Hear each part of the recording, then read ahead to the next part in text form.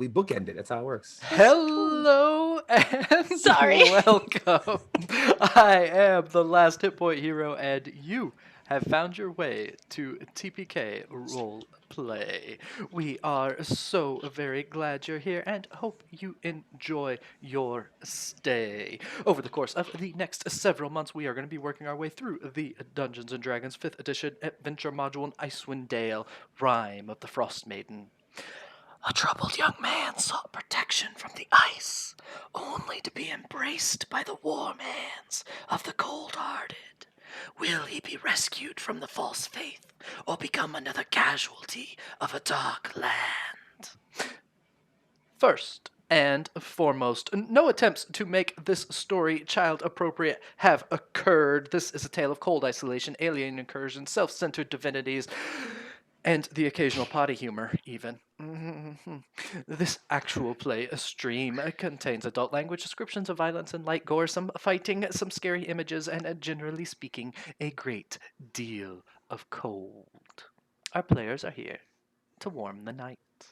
Safety tools are in place for the players, but you as a viewer do not have such a luxury. If you know of any sensitivities to any of the listed topics, please do not hesitate to protect thyself, and we are 100% in support of that.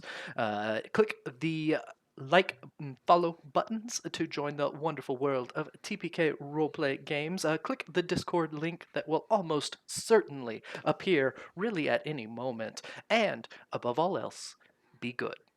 That's the rule. Be good. Oh, and speaking of being good, one of the things that we talk about a lot is how, or at least what not we talk about a lot. It's something I feel very strongly about. People are people. They deserve to be people, and they deserve to be the people that they are. They don't need some random guy's permission on the internet. They don't need someone to explain who they are. So if you come into a Cold Hands, Warm Hearts video and say something snide and troll-like, we're not going to like it. We're not going to pat you on the back, and we're not going to pretend that reticence immediately after saying something completely insensitive about pronouns is an okay thing. Well for you, boss. Won't go well for you Yes, at all. thank you. I am the last hit point hero, and I go by the he, him pronouns. That's who I am. I don't need to explain it and define it or anything any more than anyone else on this screen does. We share those so you know what to call us. That's what they mean. But that's my brief rant, and I am never the most qualified person to make rants like that, and I hope that I did that well and respectfully in really every way, shape, and form. But that's my little bit of number 2. So number 3, and I forgot to tell the players what the question of the day was, so I'll have to delay after I share it. With no additional announcements in mind, let's take a moment to welcome these amazing players. So everyone here will introduce themselves, their character, any shows or projects they're participating in, games they play, and what is something that your character would look back on as a past mistake? Doesn't have to have been on screen. What would be a mistake that your character has made in their past at some point? Doesn't have to be big, small, otherwise, but that's the question of the day. So, to begin our introductions, in the upper left corner of your screen, if I had 3 wishes, I would use 2 of them to play in twice monthly games with the one and only Niffer. Okay, but that would be a waste of wishes because you already do that. Maybe that's what I used them on. Aww. Plot twist! That's so special. Anyways, hi, I'm Niffer. I have Play-Doh, and I just stuck it on my journal, and so it backwards says, be kind. And I think that's really nice. Anyways, I'm easily distractible. I'm they, them, and I am playing Laine the Warlock. And he is a wonderful dad. Like, I am not. I'm not good at playing a dad, but we're working on it. And yeah, I am in a couple of other Module Week shows with TPK, namely our Wednesday Curse of Strahd with LastHP, the other Genie Wish, mentioned, and also on Thursday night streams, our Tyranny of Dragons show. And Laine regrets a lot of things in life. Probably the biggest is like this Fae patron that keeps showing up and causing mischief, and just why did we ever agree to hang out with them? Why wouldn't you? Listen, there's some backstory there that you're gonna love and hate. That's the best kind of backstory. Moving down and around in the middle left, they say you don't really know how much you miss someone until they are away. And I've learned the last few weeks that I really, really missed the incomparable Al. My name is Al Lucart. My pronouns are they, them. I am a non-binary neurodivergent sci-fi fantasy illustrator, and I play Mirth. You can see my portfolio of art at lucartstudio.com, and all my socials are linked there. And I think for Mirth has made lots of mistakes, but he's the kind of person that is like, never look back, baby. But if he really did, like at nighttime when you're thinking about things and you're replaying like grade school regrets, there's a part of him that wonders what life would have been like if he hadn't dropped out of wizarding school. Oh. Yeah. So I think that's something he might secretly to himself admit is a regret. Maybe. Aww. Oh, That's now there's a wonderful. very large. Sorry, I was Mirth working on on- trying to Dragon on reshape the your face screen. during that, and so I... And I am also briefly the main character for 30 seconds. You're always the main character. When I don't know Yeah. what made you think I that mean, Your it's check will always- be in the mail. I mean, To be fair, they were the baby, Neo. yeah, baby boy is always the main character. Yeah, Now- they now were you Neo. are the They main were character. actually the main character. And speaking of Roxx, Roxx is supporting a good friend of his who is doing their live stream premiere of their music for their friends and family for their birthday. Not Roxx's birthday, Roxx's friends' birthday. So that is Happy what birthday, Roxx is friend. enjoying this evening.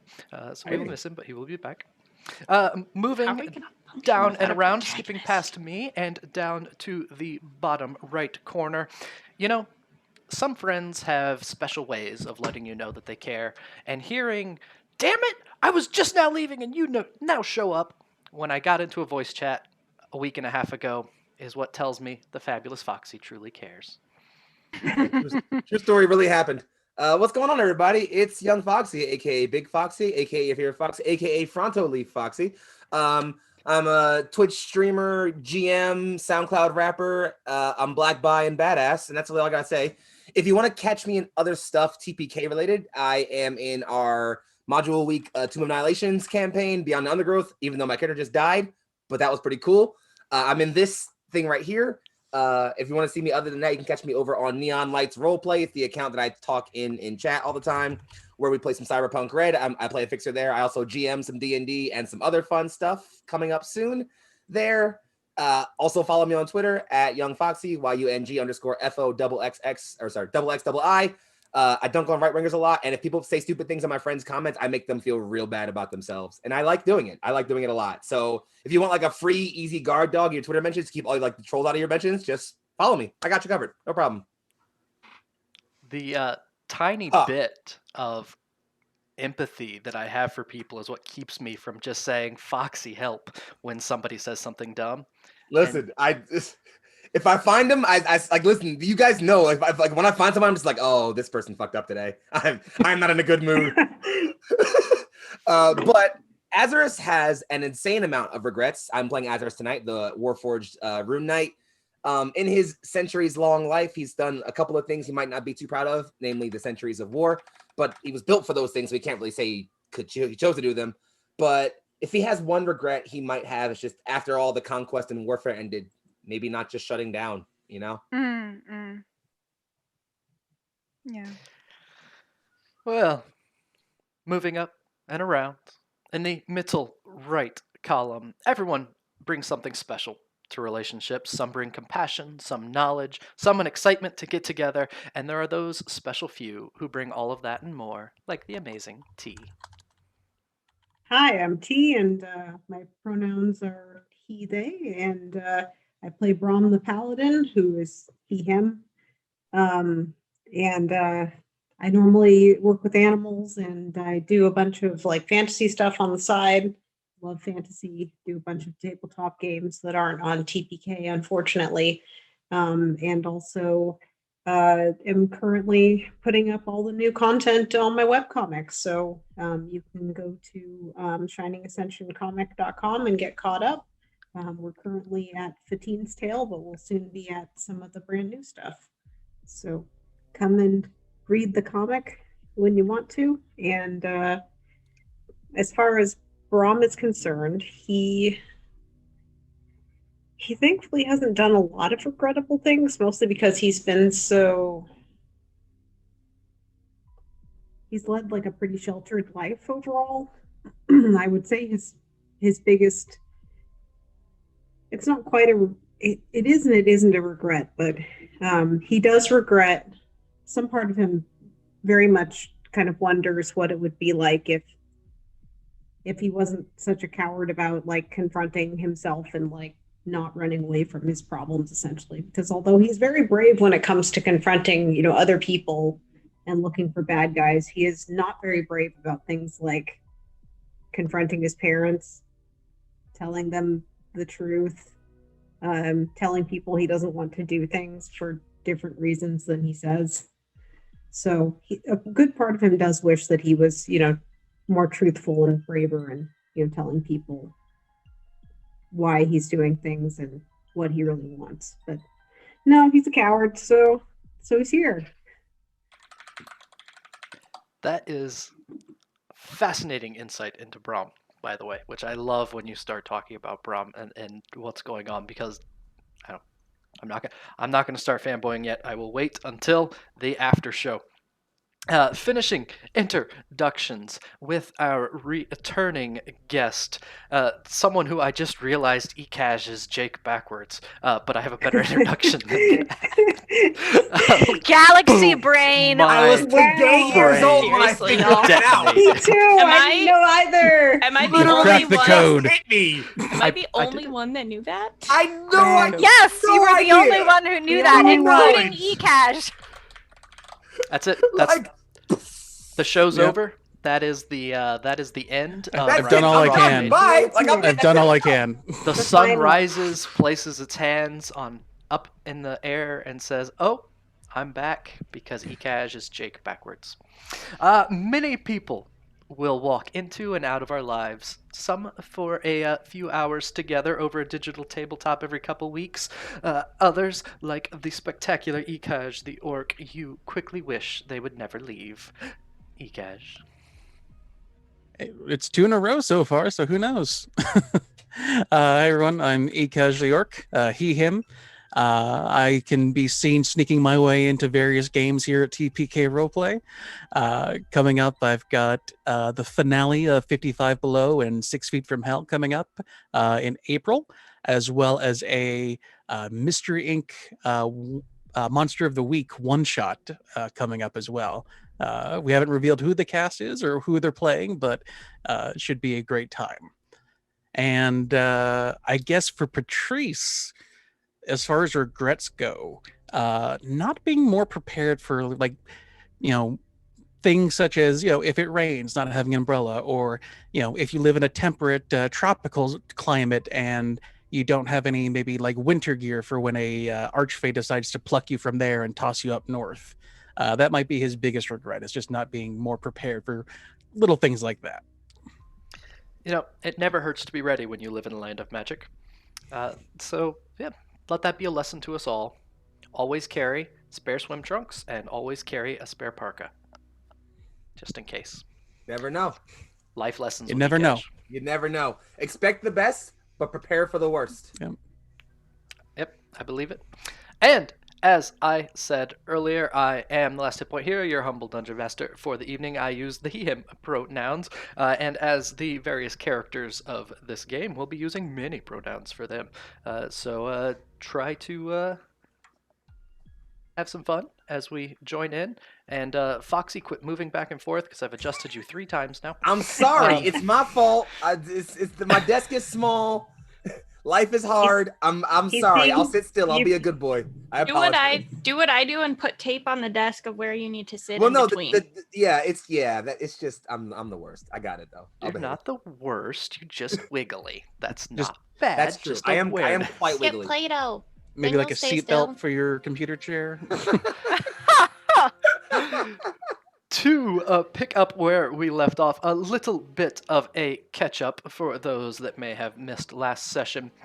Having successfully left the Durgar Fortress empty of its threats, some not quite as alive as they were before, much to Brom's chagrin, others still in good condition. They took a prisoner to the speaker, left him there, and then continued onward to Caer Dineval, where wind of a side quest blew, and Brom decided to pursue something about black swords. Upon some investigating and the throughout all of that, the addition of a kobold bard, they start exploring this Caer, this small castle overseeing Caer Dineval. Worked their way through a few things, found Horwar, the misguided young man of Laine's same hometown, who has fallen into a rough group of people.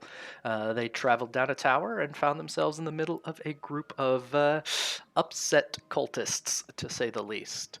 Now, before we pick up there, the camera's going to pan back a little bit. Snow crunches beneath heavy boots as a single Durgar jogs through the snow. Above, the green trails of the aurora in the sky beat and spread behind the wings of a powerful beast, a massive rock. Days pass, so to speak, at least as they're considered in Icewind Dale, and many dangers are overcome before this solitary Durgar arrives at his destination. Making his way into a throne room, he says, Zardark, Lord and Master below and above. A well-armored Durgar, standing on sitting as stone throne, looks down. Speak. Your son Nildar has been slain. The metal goblet in the powerful Durgar Lord's hand squeals with protest before being crushed and spilling ale across the throne's dais. Who? The camera pans again. Mirth is sitting on a beach. Cocktail in one hand. Is Mirth a swimwear wearing Dragonborn? Oh yeah. Al? Oh, What yeah. kind of what kind of Bikini. swimwear does Mirth go for? He has no bosom, but bikini, full bikini. Absolutely. Yeah. Looking good. Hi, Matt. Sitting next to Mirth in the sand is a small figure, 18 inches tall, wearing Bermuda shorts, a straw sun hat, and have a too small to be real coconut with a small umbrella coming out of it in one hand. The sky is that... Yes, Nif? I have a wonderful mental picture, though. You know the American Girl catalog where you could get matching outfits for yourself and your American doll? That's what it has to be. And this is where It's Yes just- and DMing arrives. It's just And- a little beach chair. That's all. And they are now in Love a it. beach chair, a two-piece, also bosomless. Too small coconut, straw tourist hat. It's those moments before dawn. The sky begins to collect the colors of dawn. Reds, lavenders, pinks. There is this prism of beauty. that begins to rise. And for the first time since this figure drug you over to where you currently are on this beach, who knows where, the most you can gather is the Moonshay Isles or something along those lines, this companion of yours is not speaking, just watching in stunned silence. As the round orb of the sun begins to crest the horizon, a single tear drips down their face. Mirth doesn't say a damn thing, but on the inside, he is just as moved by this beautiful sunrise experience that he has been missing so much in the many days that he's been here. It's just gorgeous. After the moments pass, the sun finishes rising, the sky begins to lose its morning hue. And the figure looks up at you and goes, time to go back. And a beam of sunlight surrounds you. You disappear, completely ignorant of the fact that in the beach behind you is now a small tuft of grass with wildflowers growing in it. Aww. Back to the others. The castle that you have been working your way through is cold, lit by guttering torches, and ominous in an empty kind of way.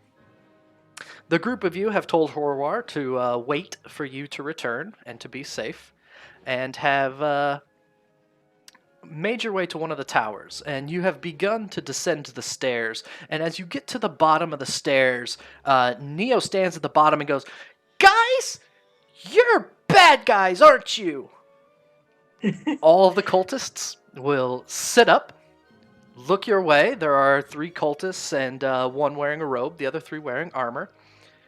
Say, "Who are you? What are you?" Before they can finish, a beam of sunlight encompasses Neo.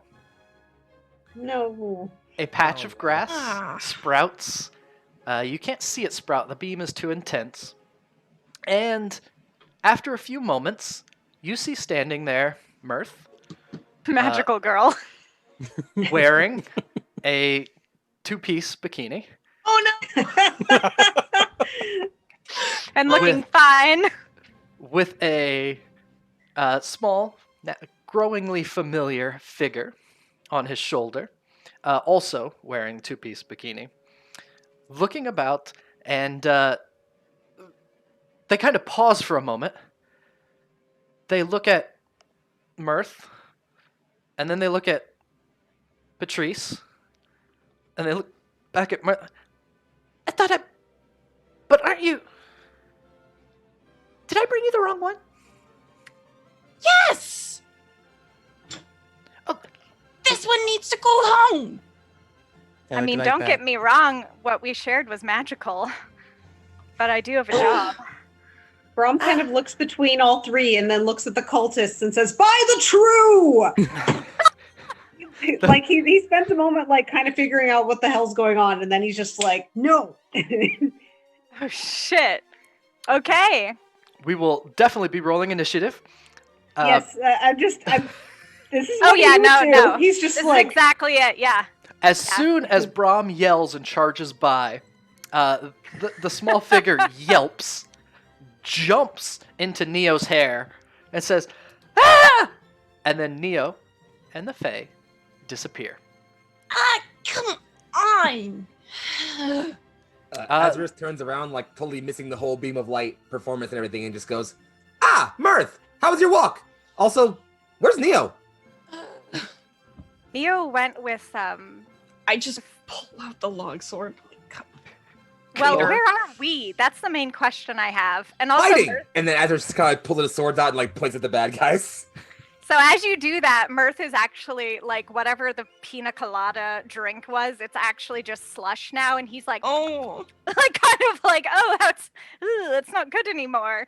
And he's like, drops it to the ground, and where are we?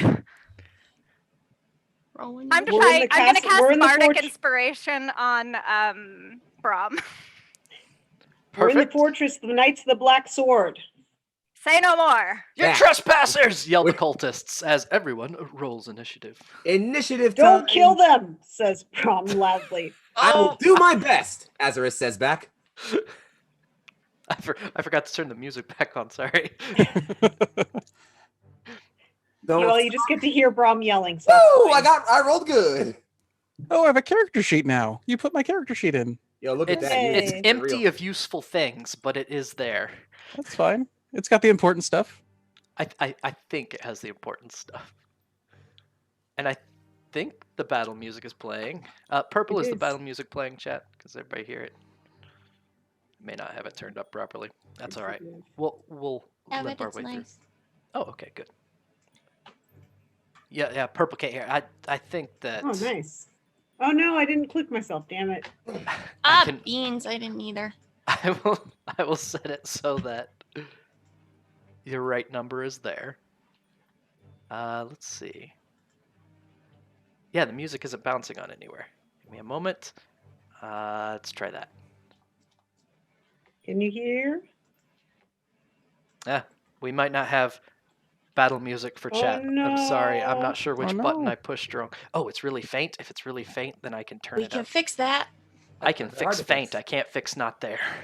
I We can have the fix that. technology. We have the tech. Oh wait, I We know have where it's at. technology. We can Is it fix this one? it. We can repair it. We can make it better. I found it. I found it. I found it. Yay! I hope I found it. Oh, Mirth. It's coming up. Oh. That's It's good. the bikini. It's just slowing me down. Oh no! It can't handle it. Yep. All right, Too hot right now. Mm-hmm. we'll leave it there. Melting all the snow. If anybody needs more music in chat, let me know, because I actually set it so I can't hear it. Cause I don't know. That's the way I went. That's a distraction. It's Who it's needs Got to it? be in the still a zone. little I get quiet. it. I do. You know, gotta work through these things a little bit louder. All right. So we have some initiatives to put in. Let me go over here and ooh, Nif a 7. Oh, Al a 3. Oh It's a yeah. 8. Yeah. I rolled my real click I clacks. did a good. I got an 18. I rolled my real click clacks and I got an 8, and I was like, okay, that's fine. I'll go put it in. And then I rolled a 7, and I was like, well, this is basically the same. Great. Would have been pretty bad regardless. I suck in real life and in digital. No. No, Just you're roll perfect. wonderful in every way. RNG just isn't fun sometimes. That's all. The dice give and the dice taketh away. Besides, Hey boss, why do I have one initiative? I fixed it. It already says 18. Oh, does it? Doesn't Because it? it said 18. Okay. Foxy never was mind. like, "Hey, We're listen." good. Like, I hey, know. hey, boss, listen, I rolled really high for initiative for like once in my life. And You Drinking's deserve fun and this. all, but I have a -1 to initiative. I'd like to keep this at 18, all right? Don't take this away from me. Oh, I rolled a nat 20 for eCash. Shame I have to knock Oh, it down to a nice. regular 20. Oof. I will Did say, it while big they're yet? kind of getting ready for battle, Brom seems to be very self-focused, and he's kind of muttering something to himself. Since you're all close to him, you can hear it's some kind of a mantra. Yeah. Well, let's hear the Man. mantra. It's a prayer. He's basically praying to the loyal fury, the hand of righteousness, to give him the strength to smite his enemies. Oh, can I Wonderful. quickly ask a very quick Have question inspiration about if you don't have it. Ooh. I do I not. love but me I a will- chanting paladin. I will Brom? take Quickly, it. for Brom, how old? If it don't, just out of curiosity, how old is the Paladin Order Brom is like devoted to? It's pretty old. Like, Torm old is enough one that of it the might have been main around good. during a pretty big war. Old or It should have been. okay, just wondering. Torm is one of the main gods for them, and he was a lesser god, but at some point before, but he was still a god, and now he's more or less like one of the big gods that are good in this sort of. Just wondering if Azrael would have recognized the chant or prayer at all, and I figure he probably doesn't know it, but I like not know it, but think- like recognize it probably. Yeah, I think Remember so. Let me see. I'd say odds are good that you know the battle chants over the centuries quite well. Now, what Patrice yells on the way over, who knows? Patrice, you're first. Do the thing. first up, First up. Yeah. Patrice also utters a what sounds like a prayer where he goes, "Oh God, no!" And That's how I pray. he's just going to shoot the cloaked figure, or he's going to try to shoot the cloaked figure. Sounds great. Try and shoot away. That was a natural one. A natural one It'd be will like that. fail to hit the cloaked figure. Oh, shooting with your crossbow? What were you shooting with? Yeah, crossbow, light crossbow. Crossbow bolt goes flying, and this figure in a robe rather than armor ducks just a little bit, and it clatters against the stone behind him. Kill them! Kill them all! And Anything else? Villain. yeah, Patrice will look and go, "Hey, Azarus, you look like you can look like you can hold your own. Why don't you get in there and get him?" And gives him bardic inspiration. Affirmative. Will do. Sir Brom, as you roared into battle, you're up. Let me see. He should be able to move 20 feet and hit the nearest guy. Yep, sounds good. Yeah, okay. Since you're not in battle yet. Okay. Well, he's going to rush this guy and attempt to strike him with the sword. Now, it's a broadsword. No, actually, it's a great sword. So he's kind of moving it from his side and then moving it forward to jab him. So they were all wearing like just some simple ring armor, and during the experience with the Fae, were kind of quietly putting their helmets on and picking up their gear. I mean, that's very brave of them. That's very reasonable. I feel like. A So watching the 21 guy will transform definitely in hit. Anime, you know, why stand there and watch him transform when I do some stuff? Yeah. For He's 14. going to attempt. So he's going to try and hit them with the flat of his sword, but he's going to try and hit them very hard in the head too. So Hey, so it's a good thing that this one put his helmet on, because as he lowers the helmet and reaches for his sword, Brom runs up with this prayer mantra repeating, and just pong! The helmet bends just a little bit. There's this Amazing. moment where it's almost like everyone's frozen in time, and then you can see this, not a huge amount, just a little trickle of blood from their forehead that you can see through the eye slots, and they go, and fall over unconscious. Oh, one down. Brom kind of like lets out a soft huff and looks at the next one and then kind of readjusts his sword. Those seem quite more nervous as they're trying to strap their helmets on even quicker. He continues to mutter to himself, "Give me strength, restore me, protect my friends, destroy my enemies." It's actually kind of creepy, like if you can actually hear him speaking. So people who are far enough away can't hear him, but probably those guys can. The one closest to you hops over the bunk that they were on and starts running towards you and says, "Lavistas, freeze their heart!" and tries to hack at you with a scimitar. For a Miter. 14 to hit, I love skimiters. which I don't think has Does any not chance hit. of hitting Brom. So the scimitar just like hits your armor, and it's just like screeches Brom across it. Brom isn't normally a very fierce-looking person, but as it misses, he kind of like turns his head to look at them, as if to say, "It's my turn next."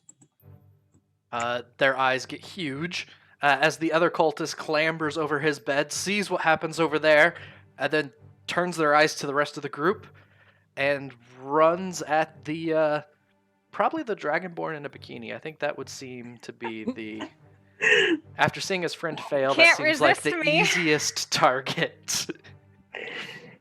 Oh man. Well, they are very, Glittery. yes. Comes running, and so you know, Mirth, for the sake of the continuity of the fact that it's freezing out here, you're Fey touched at the moment, and you're not feeling the cold yet. Oh yeah, So I'm feeling hot. the the other cultist comes running and like gets close to Laine, but just kind of sees Laine's disapproving scowl and takes a little bit of a wider step around to try and use their scimitar on. And apparently they're completely put off trying to get around by Laine, and when they hack their scimitar at Mirth, they just miss completely. Maybe Mirth they were goes, just... Oh, no, better. Missed you, The Mirth. scimitar comes down, and Mirth goes, ah! And it cuts the center of the top piece. Oh Screams, no! Oh no! I'm indecent. covering absolutely nothing. Yep. There's just nothing there. Just a scaly little Covering thin his body. modesty, mind you. Yes. Yeah. Azaris, go ahead. All right, Azarus is gonna take his 5. I'm gonna do that. Do that. I'm gonna go up to this guy. I'm gonna try to the way this is kind of playing out in my head is Azarus is literally just kind of running at this guy full speed with the flat of the sword in front of him. And my goal is just kind of I'm taking an attack, but I'm just kind of gonna bash this guy backwards into the wall. I'm not trying to murder him. Okay. I'm basically just really, really, really effectively tackling him with my sword in my hand. Absolutely. All right, here comes that roll to make that happen. Hiya.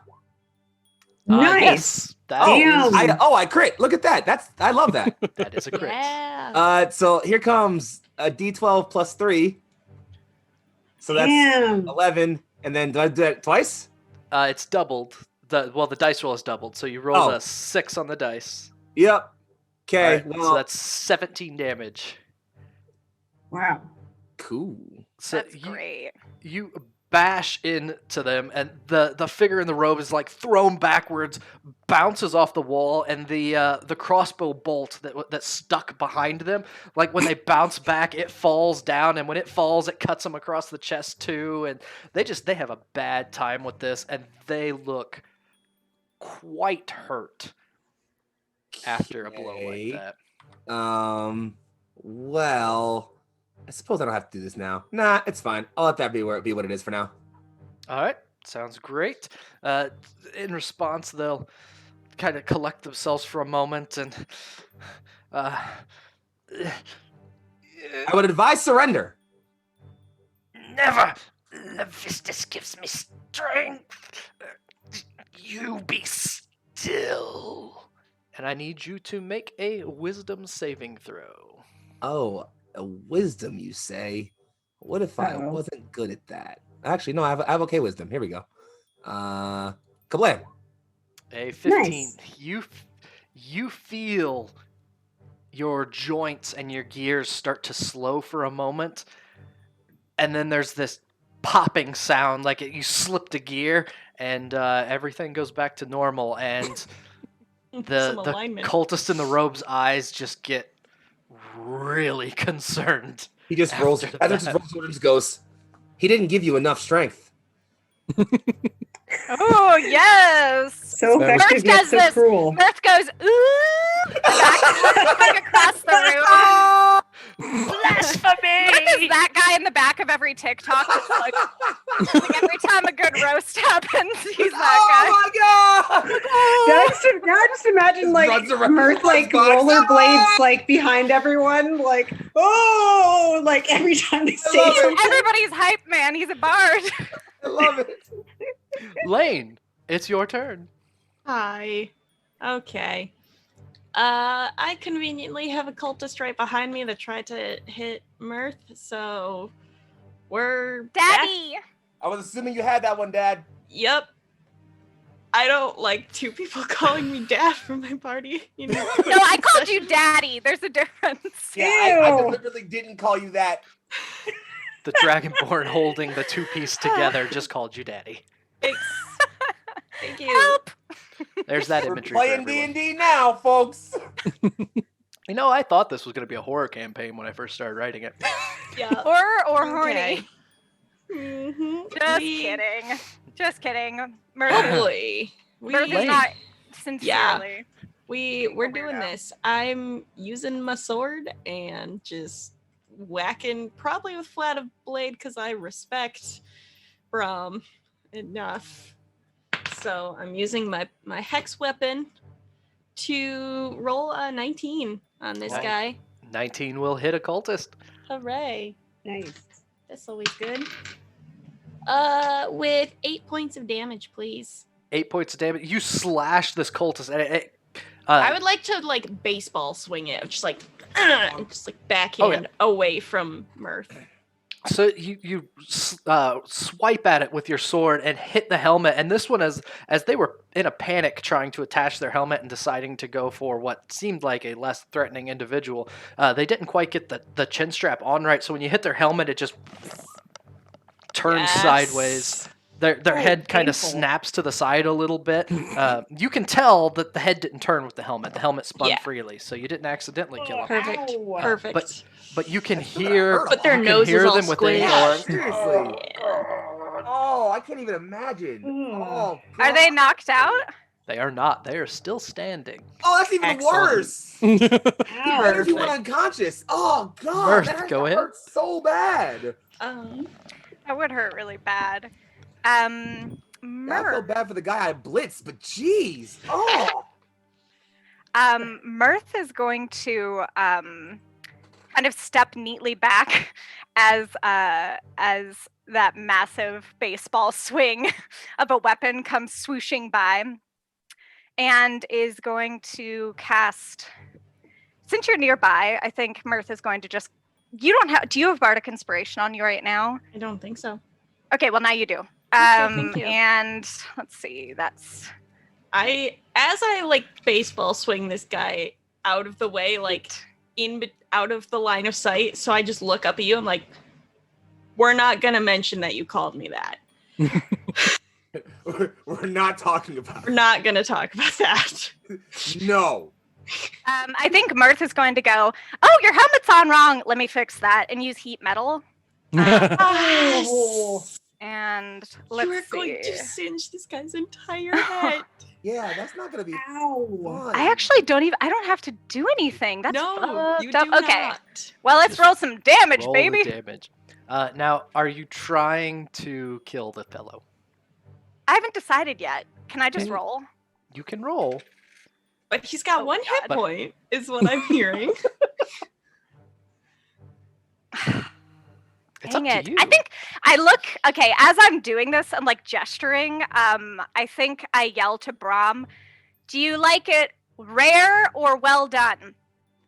Rare, says Oh Brom. my. He's getting ready to do things to the cultist in front of him. Okay, then Mirth will not. Mirth will like poach the egg Okay. instead of Poach the egg. The helmet Yeah. begins to glow, and it doesn't matter what you roll on damage. Yes, it only had 1 hit point left. And this cultist is just going to yell, "Ah!" and tear their helmet off to try and throw it because of how hot it is. And you can just kind of, you smell that singeing of hair as they like throw it away. And as soon as they throw it, you see that their nose is completely crooked. They've got like this cut down the side of their cheek where their helmet spun around. But you only see it for a brief moment because when they chucked the helmet, it hit the wall nearby, bounced back, and clocked them in the head, and they fall to the ground. The helmet So comedic. The Looney helmet, like, Tunes rolls- moment, buddy. rolls That's over rough. and just leans against their arm and just is like slowly singeing their arm. This cultist went out like a burglar in Home Alone. So Not a so- good look. so I gave him a bloody nose with the helmet, but it's okay because you immediately cauterized it. Like, Oof. we're all good. And I want to do well. It's my. Can you cauterize a bloody nose? that's Anything that's can how happen if you stop it. try. Also, Brett, before we move on to the next piece here, I just want one little narrative beat as Mirth is going, "Oh my gosh!" And then I think he looks over his shoulder and goes, looking at what's his name, Patrice. Patrice. Pardon me. So Mirth will look down at Patrice and say, "Hello. Are you my understudy? My name is Mirth." I don't know. It's been a weird day. Hi, I'm Patrice. We're in a castle full of cult people right now, so Don't worry about it. And I think reaches out the same hand that just like boiled someone with magic and like offers up a little shake, still holding the bikini. as he's like nervously like loading another bolt. Yeah, it's good to meet you. Go ahead, Patrice.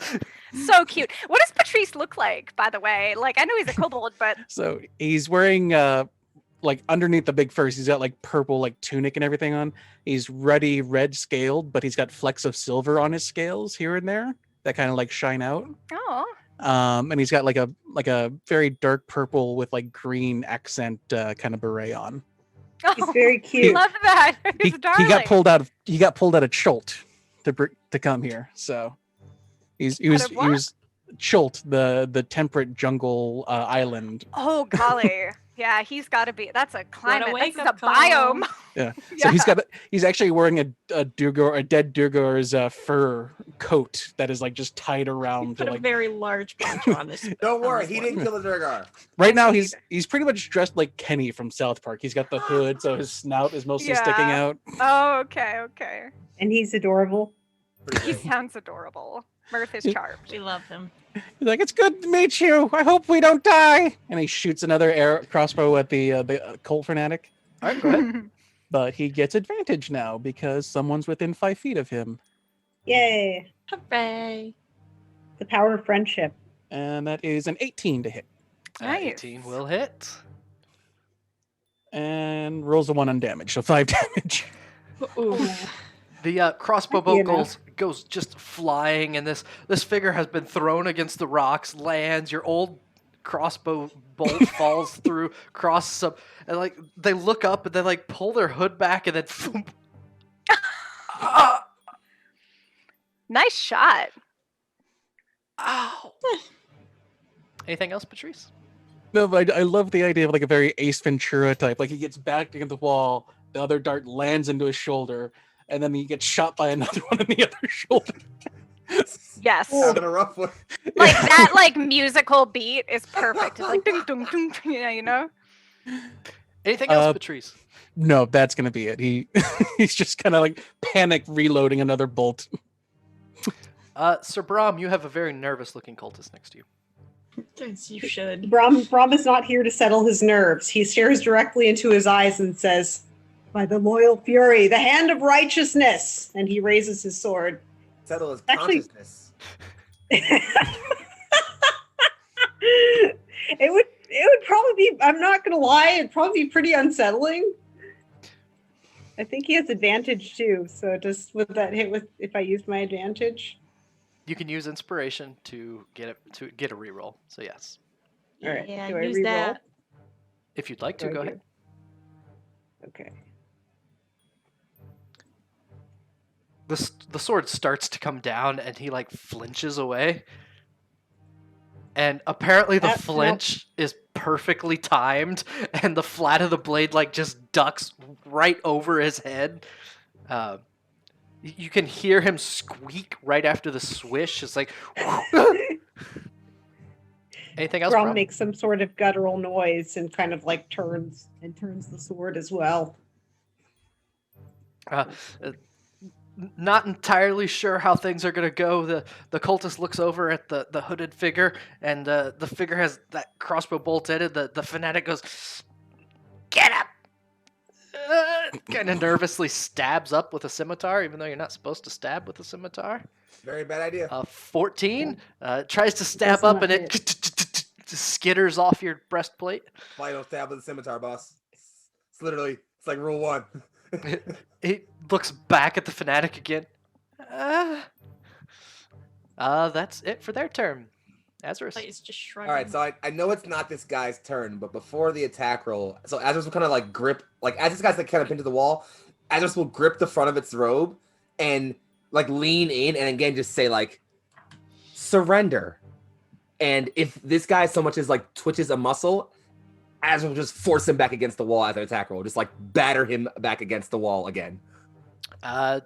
Wrong person to ask for surrender. He's you can see the crazy in the eyes. Yeah, like the moment like a finger muscle or anything like twitches, Azarus like just bangs him against the wall again. The response as you pull the fanatic forward is the fanatic spits, but instead of spit hitting your face, it is it's like a piece of chipped ice that hits your cheek interesting. and falls off.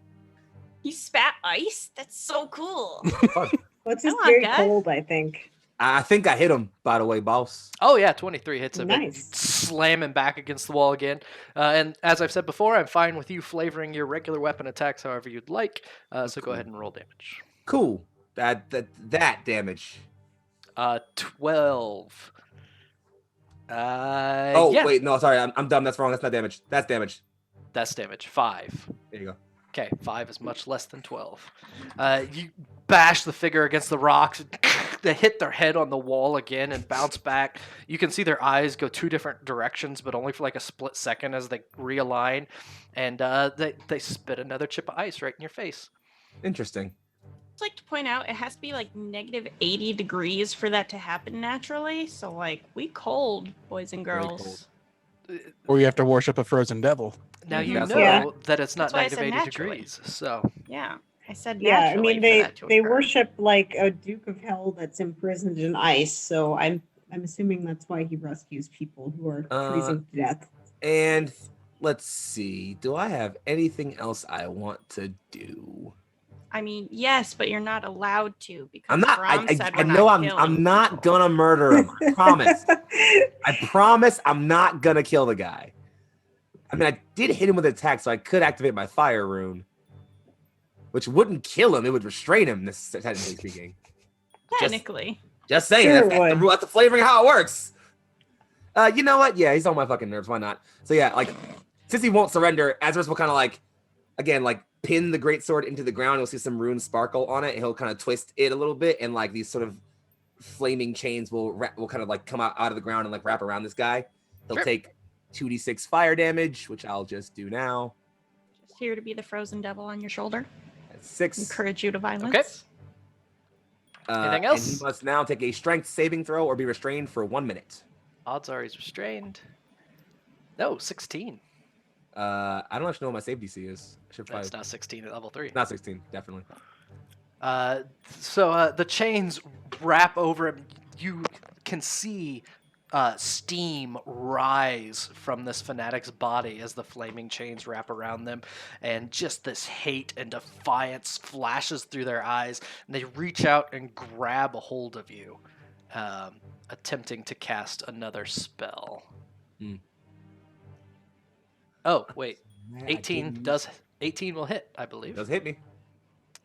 So Buddy. that is going to be upcast to this many. I feel another warlock.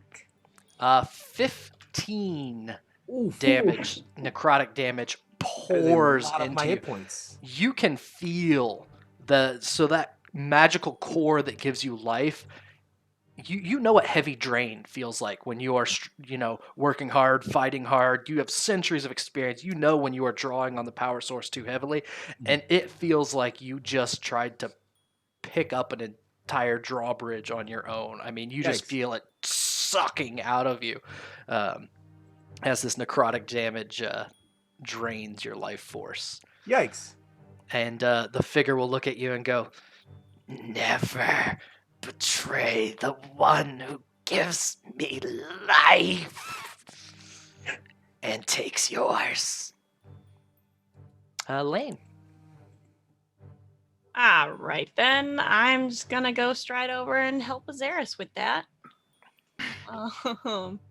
Because we Hey, don't friend. need How you doing? baseball whack. Here Okay. we go. Go ahead. I can add 14 to a hit. Uh, Oh, wait, I'm inspired. A 14 will What's- hit before you use Oh, Inspiration. sweet. Cool. Thank you. That's kind. I'm also so mad that I forgot to use great weapon fighting when I hit with damage. Should reroll that. Any damage will do, as the fire chains left Any them damage on one. will do. So if I literally used great weapon fighting, I would have done it. Oh, if I had properly used my class. So Remember you, your Okay, fighting styles, he's kids, down they're now. important. Look, Fighting styles are useful. this is what we apparently do as a party is one of us gets them down to 1 and the next person comes up and just ends it. Hey, if it works. you clock them. They drop straight to the ground. The last cultist looks at the unconscious fanatic in a slight panic, looks at their unconscious friends in a slight panic. I give the dad look. Mirth, Surrender. Oh, is it my turn? your turn. Okay. I feel like these guys have the last cultist under control, right? Or is it? Yeah, that guy's dead. Oh no, he could still hit Azarus, couldn't he? Possibly. Maybe. Who knows?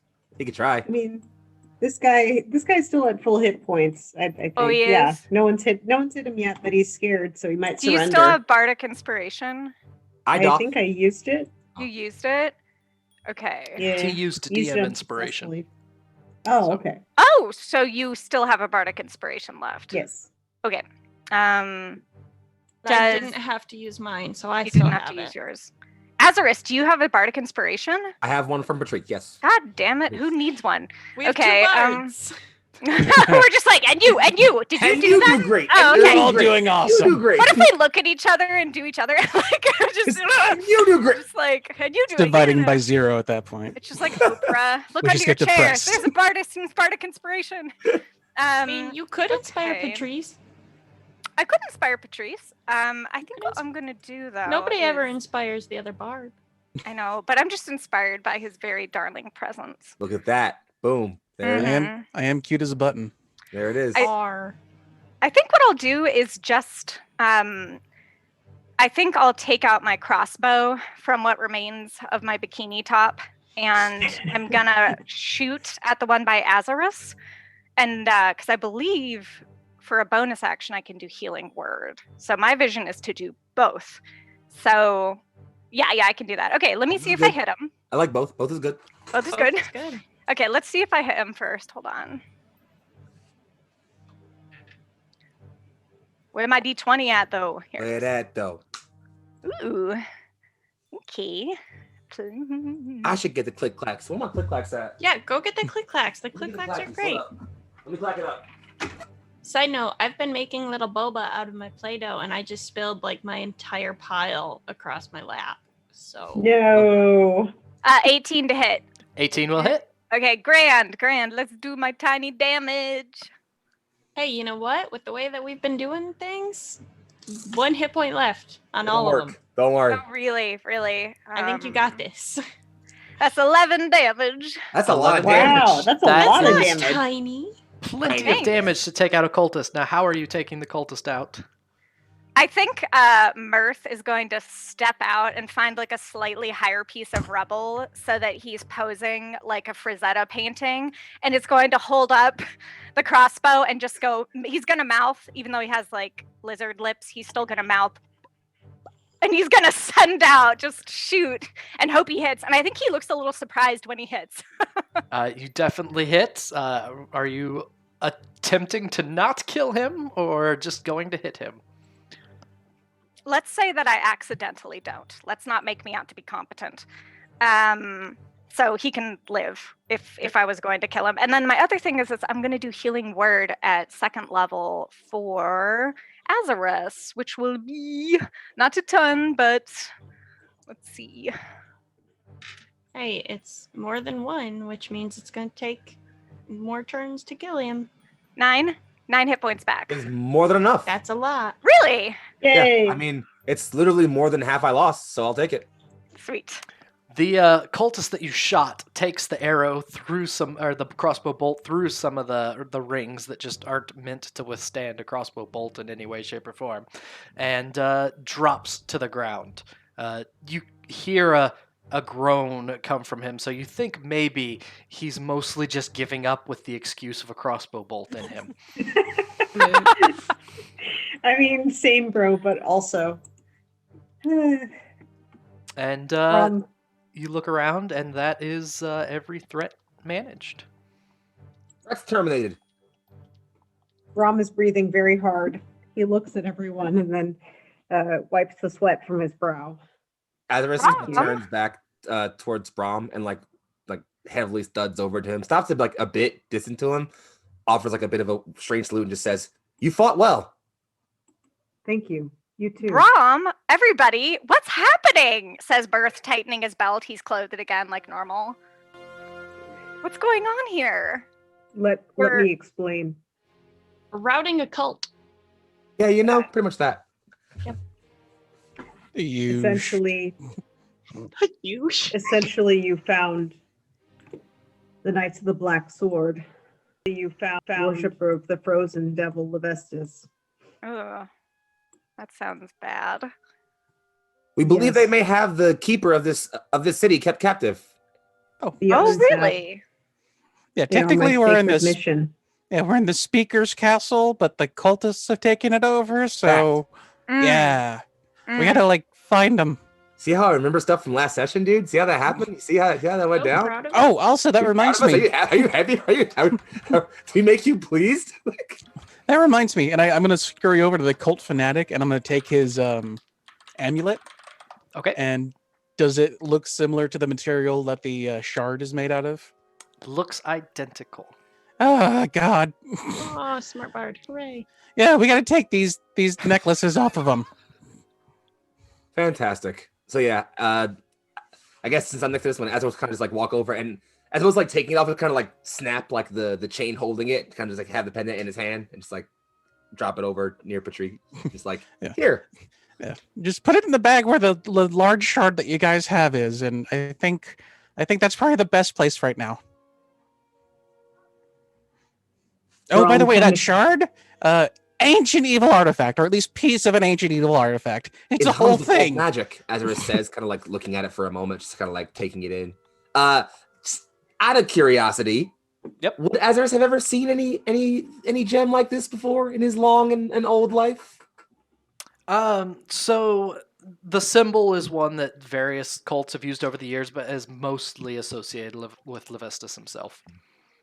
So I mean, it's an ancient symbol. You know that it's tied to one of the dukes of the circles of hell, and the one that's frozen in a block. So Yes, he very bad. He much evil. I guess he could be worse, but essentially he wants them to free him from his frozen prison so that he can wreak havoc again.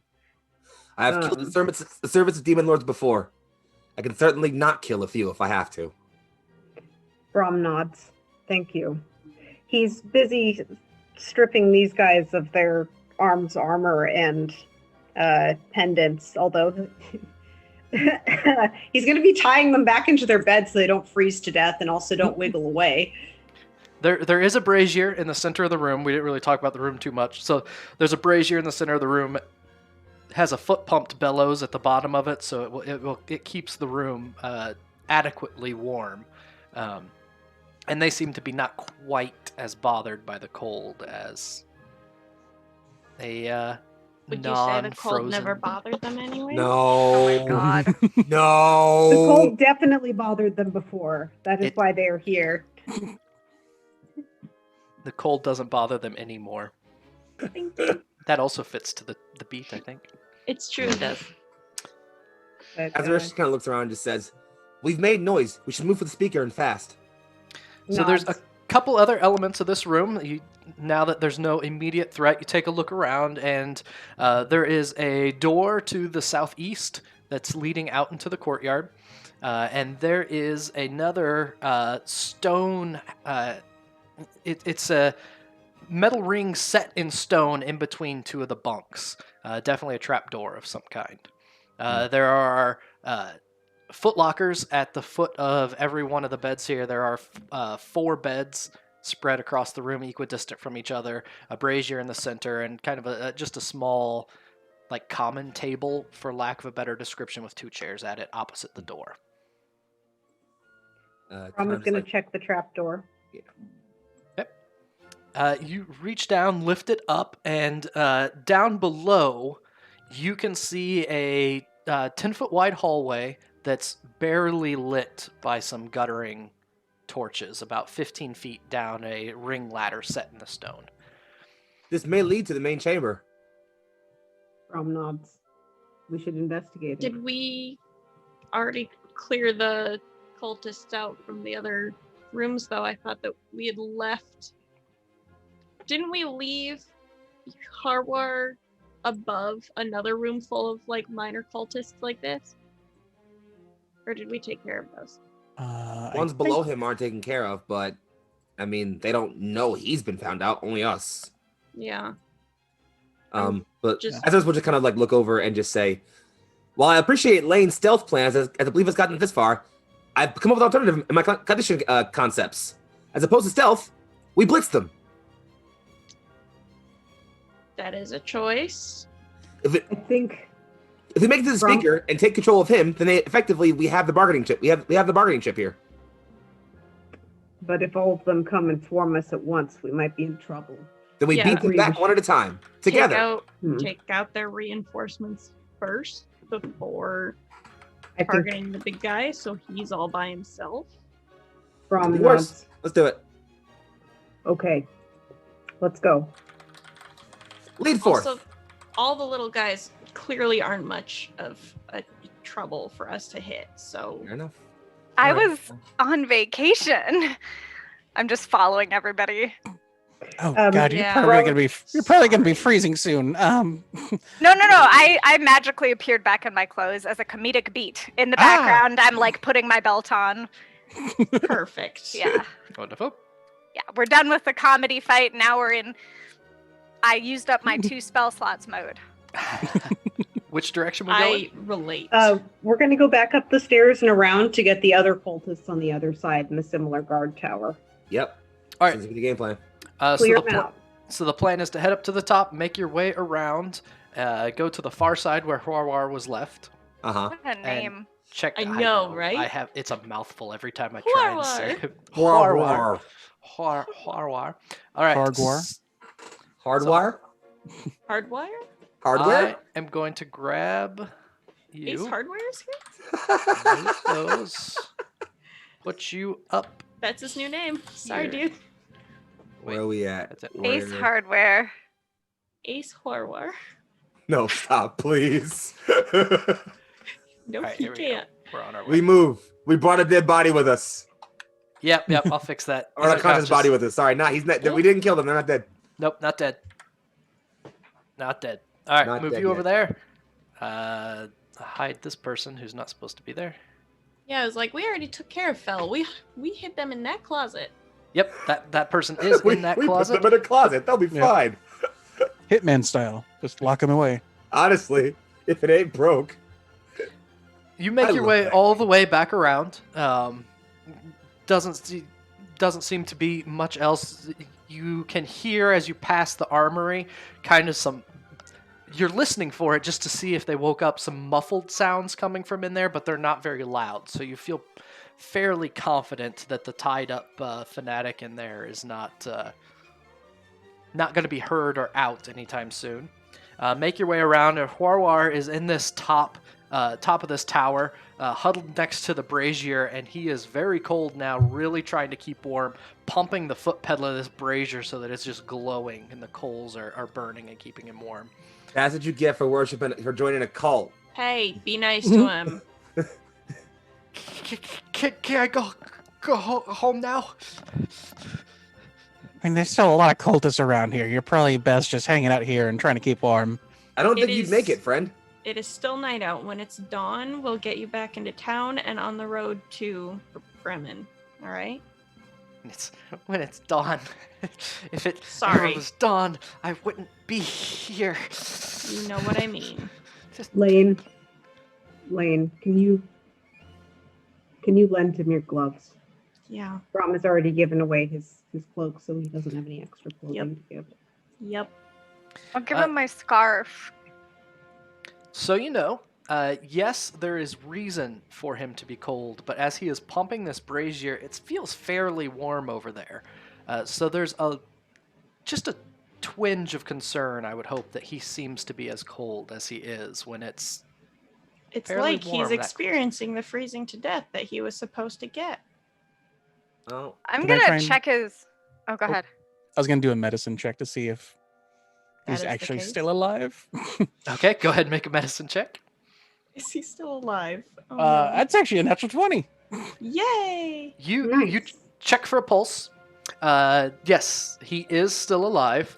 But as you touch, trying to make sure he's still breathing properly, that his heart's beating, that everything's functioning, his skin feels much colder than it should be. It feels like the reverse of a fever almost. Oh, Hmm. yeah, this is not great. Well, let's clear out the beds downstairs, and then we'll get you all bundled up with the blankets that are going to be down there. Nod. as I low mean- as you can make a modulated / artificial voice, others will kind of just like turn to the others and just say, "Are we sure he'll survive?" We're doing our best to make sure of it. Very well. Brom nods. just keep this fire going, stay close to it, and just don't listen to any demon voices you may or may not hear. Hold tight, friend. We'll find you sucker. I lost someone during the transition. Sorry. Yeah. As we get over to the staircase, or I guess like to get ready to go down, as I was to say. No, I didn't. So again, Blitz. Nod. This After time, you. yes. All right, and Wait. Sword One folks more first. thing. Brom does have something for Warlock. He takes out one of his. He has 3 blankets. He takes out one of his blankets and drapes it over Warlock. Okay. And then Thank you. and then continues down. Shall we try and save our magic and just kind of holds up swords a little bit? and so it's just- full like hold up his mirroring lanes, except it's Yep. like this massive great sword, just like agreed. Brom Alright. is already muttering to himself. He's going to charge in there like Sir Lancelot in Monty Like- Python and the Holy Grail. Azarus preps to kind of like get ready to kind of like take point, being big old robot guy, but like looks over and sees Brom's fervor and just says, "After you, Sir Brom." Brom looks at him gratefully and then nods, still muttering to himself his mantras. He's wearing a gauntlet and he kind of like runs his hand over it. Those who are familiar with Torm would know that Torm is represented by the gauntlet, a single hand. Mhm. The hand of righteousness. I was hoping there was going to be more info in this because there usually is when you get to talking, and I was looking excitedly to learning about that. Tell us more about Torm whenever you want to. Sure. He is the hand of righteousness, the true. He's one of the good gods. In One of the good ones. D&D. Well, there's only 3 that are considered like the lawful good gods here. There's Torm, He's who is lawful like, good. Cool. yeah, he's considered the most. He's He is the Archetypical? goodest boy. He's the goodest. The goodest god. He is the He is goodest the- boy. He's Torm the is like most- a really well-behaved mastiff. Yes. Very dangerous. Yes. That's what I needed. Yep. Good. Still good as boy. And- Yeah. and he's also the most fervent. Like the other good gods that are aligned with him, one of them is interesting. He's Ilmatir, the broken god. He's kind of like the god. He's the god of mercy, suffering, and goodness. So That's your Pantheon. other my- favorite. that's my other Yeah. That's my other paladin's god. I'm like, that's Um, aesthetic. No, but Torm isn't like that. He's very straightforward. So Love that. essentially he did do a bad-ish in his past, but it was only somewhat bad. Basically, he destroyed like a bunch of devil worshippers to get rid of the evil and only spared the children.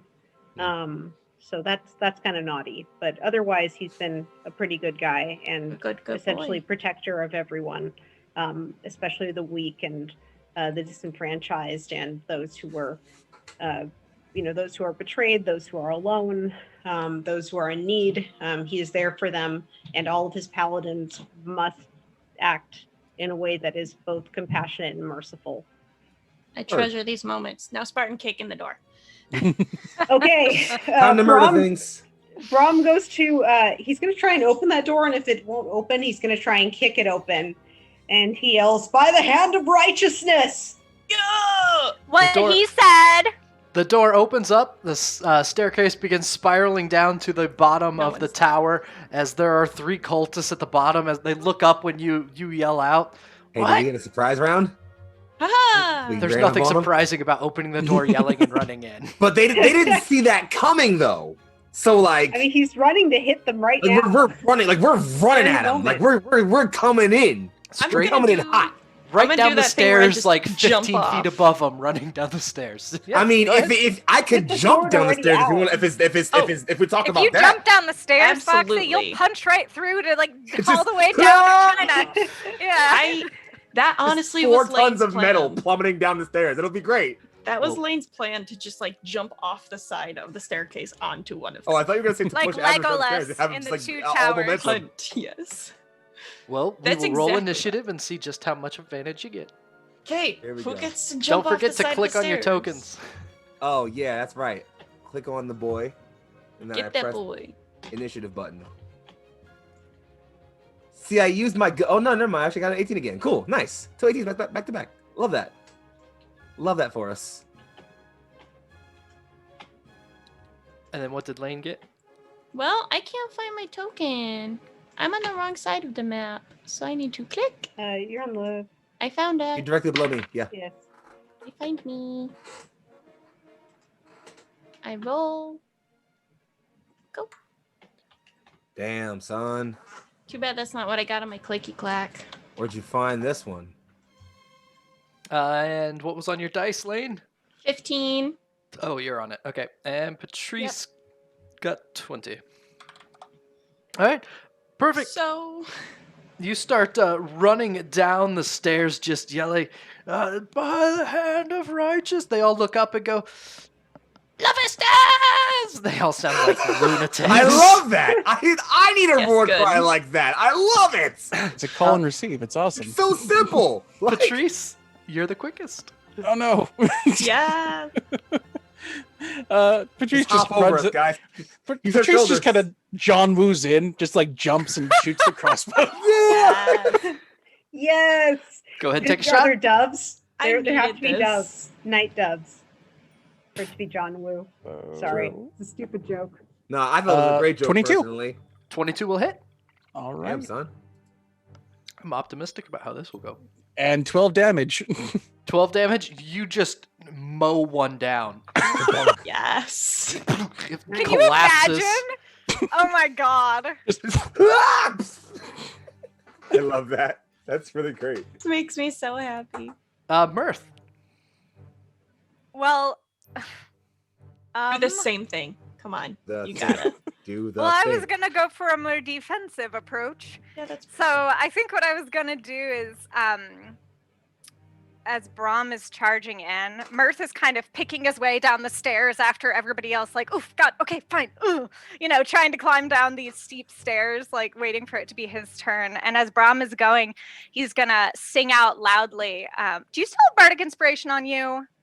It would have expired by the time you walked around, talked to Harwar. Thank you. I just wanted a chance to say I had two. I had like the comedic one and then I had the serious one, but I'm gonna do the serious one. And he's gonna say, one day your ancestors will tell the tale of this moment, Brom, and you get Bardic Inspiration. Aw. And then what I think I'm gonna do is I'm gonna bite my finger for a second, like one fang, quicken the finger, and cast Bane on those two. Okay. Should have While cast we're summoning going down. jutsu. I was looking for that actually. Yeah. I And I think he actually, like, he bites the little blood off of his hand and he murmurs something under his breath. But otherwise, there's like a glow of red around the two. They're remaining briefly, like, whoop, and then it's gone. You don't necessarily see it visually on them. All right. It's a wisdom save, I believe, is it not? Oh, is it? Is it? I can't remember. Is it a bonus action? First level evocation to do instantaneous, a creature of your choice. Oh, it's just, no, wait, sorry, I'm looking at Healing Word because I'm a dum-dum boy. I'm a dum-dum boy. Let me see. No, I was like, nonsense. wow, I just Damn it. did one. Let me open up Bane. I used Bane Bane like 2 weeks is- ago. You'd think I would remember. Charisma mean- saving throws. It's charisma. Oh, geez. Yep. They're So the cultists. first one Let's see how gets a fancy. 1.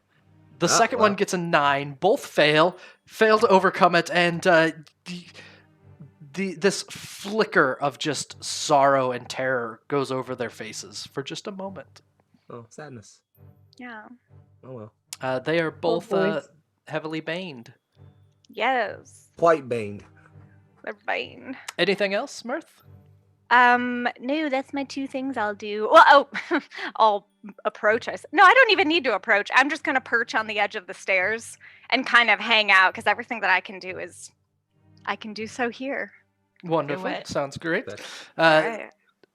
The two cultists, despite having this sense of sorrow and seeing their friend laying on the ground, and seeing the crossbow bolt firing kobold that leapt in, still feel pretty good about their chances against a kobold. So they come charging straight toward the kobold. Oh god. Oh, oh buddy. Don't harm him. Exactly enough. That's great. They both run in, scimitars raised over their heads, like straight over their heads, like just absolute, not well trained individuals. Well, you know. Does a 16 hit? 16 will hit. But Bane. They're baned. Oh, But minus stop. D4. Thank you. Yeah, they're Stop. baned. They're So that's sand minus 2. baned. Will a 14 hit? 14 will miss. Oh, Nice. Bane Yay, you for the saved win. him. Second scimitar falls. Also a When in doubt, bane it 16. out. Bane. More Bane. than 2? More Of a than 2. So the second one Hey. misses 2. They both come running swords up, and as they get closer, at first they have this conviction. They're just like, ah, ah. And as they get closer, they lose the conviction, and it starts to become more of a terror scream than an attacking scream. I And, cast depression, major. and both of them Lost all swipe down motivation. in Anyway. like this X formation right over the top of Patrice's head. He's just like, Oh, why did I go in first? Aww. Tip Ezra's. your bards, ladies and all gentlemen. right, no more hurting, my friends. Time to beat faces in. I'm gonna come right here, and I guess I'm just gonna swing at this person right over there, who's doing the things. See, yeah, here comes that. I'm gonna roll the real click clacks because those are more fun to roll. Sounds Yes, good. they are. Here comes that clicky clacking. Yeah. Say 16. 16 will hit. All right, here comes damage. Do I have a D12? I do. Should. Yeah, D12s are the redheaded stepchild of the dice. 8 plus 3 is 11. 11. 11 is enough. Your sword falls at this rather sorrowful looking cultist at this point. Yeah. Clocks him. Fatal or non-fatal? Non-fatal. I'm gonna try to take like one flat side of the greatsword and knock him just off to the left, and then I'm gonna use bonus action to action surge and do it again on the other guy to the right. Go ahead. Make another attack. Yes. 17 this time. 17 also hits. Damage. 13. So Azaris comes in with this massive greatsword. Blades coming down, Bonk, twists it in his bonk. hand, and it like bounces off of one of their helmets and recoils back and hits the other one in their helmet. This both collapse sideways, and all three cultists are out cold. Easy peasy. I just kind of walk up to Patrice, like, puts a hand on his head and just is like, "Are you well?"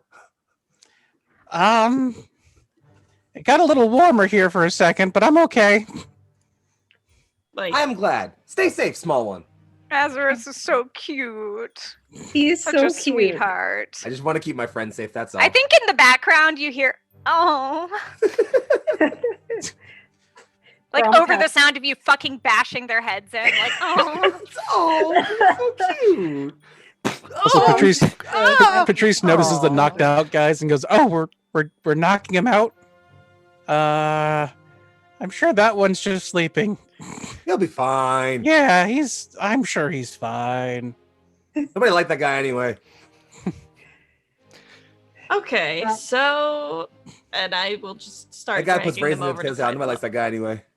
Similar layout, 4 beds, 4 foot lockers, foot pump brazier in the bottom, just like at the top. They are quickly dispatched. I have him, like, Azarus immediately kind of just like disappears back upstairs and then comes back a few seconds later, just like holding Horwar in his hands and just kind of like drops him on a bed. Just like, I brought him. Harwar You looks know- terrified. Farwar, I got an Ah. idea. This is gonna solve all your problems. It's called a pillow fort. Trust me on this. Well, I was gonna say body heat, just make a cultist fort. I mean, That's how you keep people warm. Just a log how you keep cabin of people warm cultists. in not anime. wrong. And Of bad people. movies. Go to your corner. Oh my gosh. I'm not. I mean, they're not. It's not like they're They're dead not dead. bodies. It's still gross. It's Yeah. still Yeah? weird. It's at least Ugh. weird. We'll admit it's at least weird. But is it weird or is it survivalism? Both. Look, It's I am from a survivalism climate- like, bad movies. I am from a climate where It's I a was fanfic trained trope. to know this. Yes. Okay. Okay, well, You're quite confident that even if you tie them up, placing 2 unconscious cultists next to someone that is no longer part of the gang probably wouldn't end up very well. Probably a bad I idea. know, It's fair enough. but I'm just saying that's how All you right. keep. How's our boy doing, by the way? Is he seeming any Is he warmer? any better? But he's still colder than he should be. He was right next to that brazier, pumping the heat through it, and was colder than he should be. So there's definitely something is making him even colder than he should be. I'm afraid this is a curse. Yeah, I was just gonna turn back to his friends and just kind of say, Wait, But we're maybe not. magical. But we're not saying it in earshot of him. So I'm just gonna move the gang away. Yeah, I guess as they shuffle We away, shelter the child just a little bit. Azarus just turns till and we just figure out says, what it is. Azarus just turns and just says, I believe this may be magical, whatever's afflicting him. Can any of us fix that? I'll try, says Brom. Let me see. What do I have? I can Sorry, it's all slow. prestidigitate his mittens to be warm for a minute. I mean, if he was All I like, can do. if he was blind or poisoned or paralyzed, I could do something. I don't know if I can. Azarus' back kind of just straight and just says, "So I deliver the great peace then." No, that's not right now. Oops, I closed it. Hang on. Let me Hey, fix. listen, it's an instinct, you know. Sometimes you get that one soldier who gets his leg cut off, and then somebody's gonna make it, and you gotta make it easy on him, you know. I just figured I would offer. Again, I'd like to go back to my original idea of the pillow fort. Yep. That's the best That's we got. gonna work. No, okay, but like legit, what are we gonna do? Brom is going to try and spell whatever spellcraft is in D&D. Sorry, I tried to open it. And So it glitched because out. of your experience with these cultists, you can choose religion if you'd like and make a religion check. Okay, I will do that. My roll 20 is bugging out right now. Roll20's having Roll20 issues. Come on, roll 20. Doesn't it always? Imagine it Roll20's not just having rolling issues. 20. It wants to be super slow. I'm just gonna roll real dice, and you can open up my menu. Do it. Sounds good. I think I can get to your character sheet still because it's still on for me. Yeah, it should be working. It's just for me, it's really slow right now. So let me go grab my dice. Take your time. Ew. In the meantime, can I try to roll some kind of, I don't know, history check? I'm not great at it, but I could try just while we got the Or editing. Arcana? Would Yeah, that be I will appropriate? accept religion or Arcana. History, you can do at disadvantage. Okay, I will take it only because I'm bad at both those other things. Girl, no. So, All right. Eh, No. eh. Oh my God. Oh, I don't know why I rolled Ah! 2. I'm sorry, that was dumb. Anyway, I guess it's the 11. So that's probably not great. 20. Natural 20. Okay, Natural never mind. 20. Falls into That's my more lap. important. But let the dice tell the story. Trust the dice to tell the story. Brom, There you go. you Brom's got know that leaving a cult, especially of one of the Dukes of Hell like this, is never an easy thing. Oh, it's withdrawal. And Get this man some milk. the cult of Lavistas is based on saving people at their darkest hour, but unlike your own faith, rather than saving them for the sake of saving them because it's the right thing to do, they are saved in order to be exploited and used and basically entrapped in their to their saviors.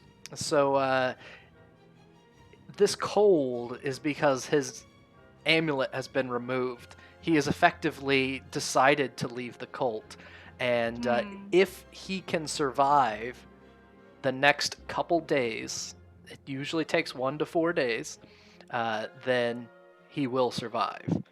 If he doesn't, then he will freeze, just like he would have had he never been chosen by Lavistas. Is there Tom anything takes we both of can his hands. do? You can anything you can do to help keep him warm will help keep him warm, but it's Okay. not as easy or as obvious as Yeah. others. So things like you're fairly confident putting him in a warm room covered in blankets is something that will significantly help. Brom takes both of his hands between his own and kind of kneels with him. It's almost a religious pose. It's a little weird. And bows his head. Child, I'm sorry. In revoking Lavistas, you brought an unfortunate circumstance upon yourself.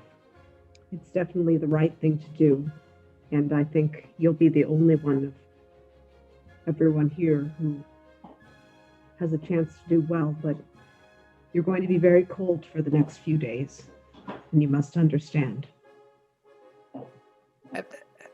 His teeth still chattering. Gonna die. You're not going to die. You're going to endure. But you'll have to do your best to stay warm and focus on living, all right? Do we know he's not gonna die? By the way, no, that was just like Dong. The hollow noise of smacking Azarus's chassis. Dong. Okay. Okay. Stay warm. Warm thoughts. We could push the bed close to the fire, Yeah, I was so gonna you could just say. kind of like sit on the bed and like 5 blankets on top of you while pedaling it. Sounds good. Yeah. Brom will Mirth? also wrap him up and put him in a bedroll so that he's extra warm. Cocoon. Mirth will actually sit by him after Brom is done explaining to him and us what's going on. And Mirth will, as we're hanging out, if we are we going to be moving forward or are we leaving the cocoon here? We should What's our- leave and take care of the rest of the cult. Yeah. No, And he can stay here and be comfy. Yeah. that's my guess idea. I think it's Okay. probably just leave him here. You just Okay. lock in the room or something. Yeah. While explain that. Brom is like praying with Warwar, Laine just like takes a couple paces back and does like the like hands and hair like pacing thing, and it's just kind of muttering. I'm just like, part of the deal is you kept the kid safe. He's one of mine too, so you better get here. And just muttering at my patron of like, he needs to help. And I'm just angrily willing him to appear and take care of Warlock. Aw. Mm. And Brom will kind of explain now that they've gotten rid of the rest of the cultists, especially since Mirth wasn't here, that essentially Lavistas is bad devil that is not good at all, and they're going to have to get rid of him and snuff his unholy flame on this earth to fulfill Brom's mission Okay. Indeed. given to him by Torm. I just want to get a name drop in here, and I think Mirth is going to lean over and kind of, he hasn't even met this kid, but he's a compassionate dragon. I think he's going to take the little mittened lump, and he's going to say what his mother's used to say to him, and is going to go, cold hands, warm hearts, and Aw. do kind of that little like, Roll credits. and then he died. No, just kidding. no, Oh, no. no. It's Also, opposite I day. can't kill him, but Mirth can. Okay. No. What does Opposite that day, even he lives. supposed to mean? And It's the name of the show, kid. Don't you get it? Yeah, for sure. what is the Oh. plan for the group and the cult? While that's going on, Patrice goes around and like collects all the other amulets off the Yeah. others. Azarus kind of just like points in the direction of like the larger sort of like structure of the I guess of the keep, and just says, "Our quarry is likely deeper in. Blitzing seemed to work well enough, so why lose momentum?" Onward and upward. Or rather, downward again. Maybe less battle yelling, like leading up to the fight. Yeah. Brom kind of takes a deep breath and then holds it and then exhales and nods. Oh my goodness. Those Let bunny them puppies. see you when you yell. I Really, agree. really drive that fear of gods into them. Yeah, All do you right. wanna hang back or something? So that you don't get targeted right away? I can stand in front of you if you feel safer. Nonsense! This is Brom's mission, and Brom deserves to take the heat, take the lead. I was Oh yeah, Oh. I don't know why I ran in first. I don't Okay. know why I It did looks that. really cool though. Okay. There fine. was. Yeah, Did you see the just- bird? Yeah. Good. Well done. Yes. But yeah, you You can did All right, very friends. well. you can stand behind me now. Now, Thank one you. thing Yeah. that you did notice, Patrice, as you went around to collect the amulets, is the one that you shot with the crossbow bolt did not survive the crossbow bolt. Well, When you turn the body to take the amulet, it's quite obvious because the bolt like went through the base of their neck, right between where their collarbone meets, well, and the Oh no. the blood around the crossbow bolt has frozen. well. And when you reach down to take the amulet, you feel that the body is frozen, and not just like cold frozen, but it seems like this is like freeze-dried frozen in just the couple minutes that it took for the conversation to happen before you went to get the amulet. Yeah, it sounds like a demon. And just like Patrice before, you know that it has nothing to do with the temperature in the room, which is fairly comfortable with the brazier. Demon Lord Curse thing. Sounds like that's probably what we're worried about. Yeah, Patrice rolls a 21 for his deception and covers him with a blanket. Yep, everything's fine. Everyone's just going to sleep. I'll take that amulet now. Oh my gosh. He's gonna chill over I hope he rests here. Yeah. Oh, and it'll be peaceful. He will sleep like a graveyard. Okay. Yep. Hit up the sleeping enemies. We press forward. Yep.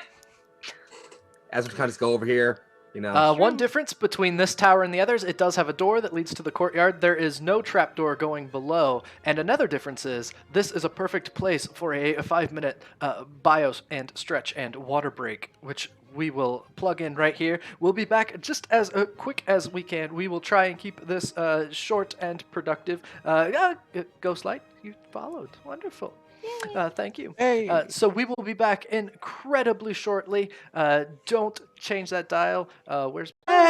Welcome What it do? back. We left off briefly as the group tries to keep Huarwar warm, and we'll see just how well that goes. So back to all of you in this fortress of the cultists. What's the plan? All right, we're gonna go back through that door. Yeah, we made a plan. What was the plan? To go The back to the plan is to trapdoor. go through that trapdoor and charge through. Yep. Yep, do that. So we're Okay. gonna do that exact thing we just said. So I will collect you all. along with Gather the tokens. I will gather Well, the you may. tokens. You You're cannot still advance flying. till the party gathers. You must gather your party before venturing. All right. That's my it. bad. That's what it is. Oh, I dropped you. I'm sorry. That's not where you're at. Who just did the really good wizard voice? Cash. That was amazing. What is that from? Baldur's Baldur's Gate. Gate 2. It was just That the is voice. okay. I was just like, that sounds very familiar. The voice was amazing. Can There you you just go. do it again? You don't have to like do it on command, but that was really good. No. Welcome back. Our friends are still unconscious here. Oh, You make it back. There are a set of 3 cultists. One of them has regained consciousness and is just kind of laying there on his side. As soon as you come down the stairs, looks your way and starts yelling. Hey! Hey! Hey, No! No! No! Wouldn't he be really chilly without his amulet? Yeah, isn't he cold? So they've not rejected Lavistas. They've just had their Oh, right. amulets stolen. oh. It's a twofer, is what Brom would. All right, can I bonk him? Bonk away. You Bonk. you don't have to roll. Just tell me Cool. on your way by. Not Yeah, gonna I just roll like to I hit like a the tied up. moment he starts yelling, I'll just grab him by robe, pull close, and just bonk. Drops unconscious. I You disabled find the yourselves power over for- this stone trapdoor with a metal ring set in the top. Oh, I And can't yeah, see I'll anything just- on my screen. I'll drop Oh. my friend off to the side and just, walk over to the trap door and just like throw the door off and just go, we proceed, friends. Did that move you, Ekash? Can you see now? I'm there, but I don't see anyone else. It's all just Reload. like gray. Reload. Yeah, reload. Reload, roll 20. reload, Roll 20's okay. doing roll 20 things. Yep. All right, so who's going down first? Um, I could try to sneak down. hey, no, we just established you're gonna stay behind me. Okay. we're blitzing. Forget sneaking. Brom, after Brom's you. gonna stay. Brom. Brom's gonna stay behind them. We're blitzing.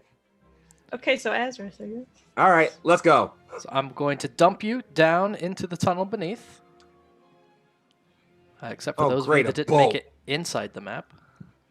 Well, There we go. You climb down this ladder, and the ladder are metal rungs that are buried into the brick and cement of the castle. And as you descend, there are these 2 guttering torches that are barely keeping the area lit. You can see fairly well, but not fantastic. What is obvious in the dim light here, without any additional sources, is a rowboat sat in a kind of probably describe it as a canal or a. It's definitely a cistern of some kind for keeping water for the fortress. There's a rowboat sitting in it. The edges are frozen, but the center is unfrozen, and there is a small room to your left. Odd. I guess I will start Well- moving forward. I just want to get a sense of like, I want to begin moving towards the water's edge, and like kind of see if I can get a sense of how deep the water is. Okay. You walk up to the edge. And what light did you bring down here? Any at all, or just going by the? I got this big light in the middle of my chest. You gonna turn it on? Yeah, I'll do that. Okay. As you get closer, Azaris, the stone steps descend into icy water that partially floods this 20-foot wide arched tunnel. It continues eastward into darkness beyond the edge of the light that you project. The roof arches 12 feet above the water, which as you start prodding is incredibly cold. Even to a warforged, you recognize upon touch that this is dangerously cold. While not immediately dangerous, it would not take long before it was very dangerous. Well, It's deeper than a few inches prodding in. And there is a rowboat tethered to the water's edge that appears sound. I suppose. How many people can fit in the rowboat? You're fairly confident that 2 normal-sized people can fit in at a time. Okay. Okay, so we can't send the bag of flour and the chicken across at the same time. So Azaris can't go across with any of the hostages. I mean, I'm just like, I'm just like. So you said like it's like 20 feet deep, the river itself. 20 feet across. You don't know how deep it is.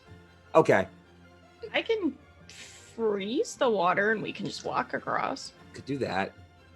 I was gonna say I could just activate my frost rune and try to just like tank walking through it, since that gives me a advantage on and +2 on saves that like our saves are Constitution or Strength based. Okay. So that's I don't see why we couldn't. Well, what if you get swept away in the water? Yeah, or if it's super deep, because I don't think Azaris floats. I don't float. I'm not a Yeah, floater. we're very sure about that. That would Yeah. be rough. So, Yeah, that's why I was trying to figure out how deep the how deep the water was. That was the game plan. Are you going to Okay. prod it with your sword We or could- something? How yeah, are you we gonna could Yeah, drop I'll try that. something in I'll try it. to like poke it down with the great sword to see if I can get a sense of depth. How long's your greatsword? Say about 8 or 9 feet. Okay. So the greatsword does or doesn't just hit the bottom at about 8 feet down. Oh, okay. Well, I mean, it's shorter than me, Hey, so I could tank it. Maybe I don't know how the damage for this would work, but like Azaris would probably assume he'd like, oh, I mean, maybe it's not just that bad. He would just like his first thought would be like, I could just pick up the boat and tank it, like just like even if I'm he like- even if he knows the water could or is so cold that it could possibly damage some systems, he would just think like, oh, I could probably just carry the boat across, like pick it up over my head, carry Like, it. how much does Azaris even weigh? A lot.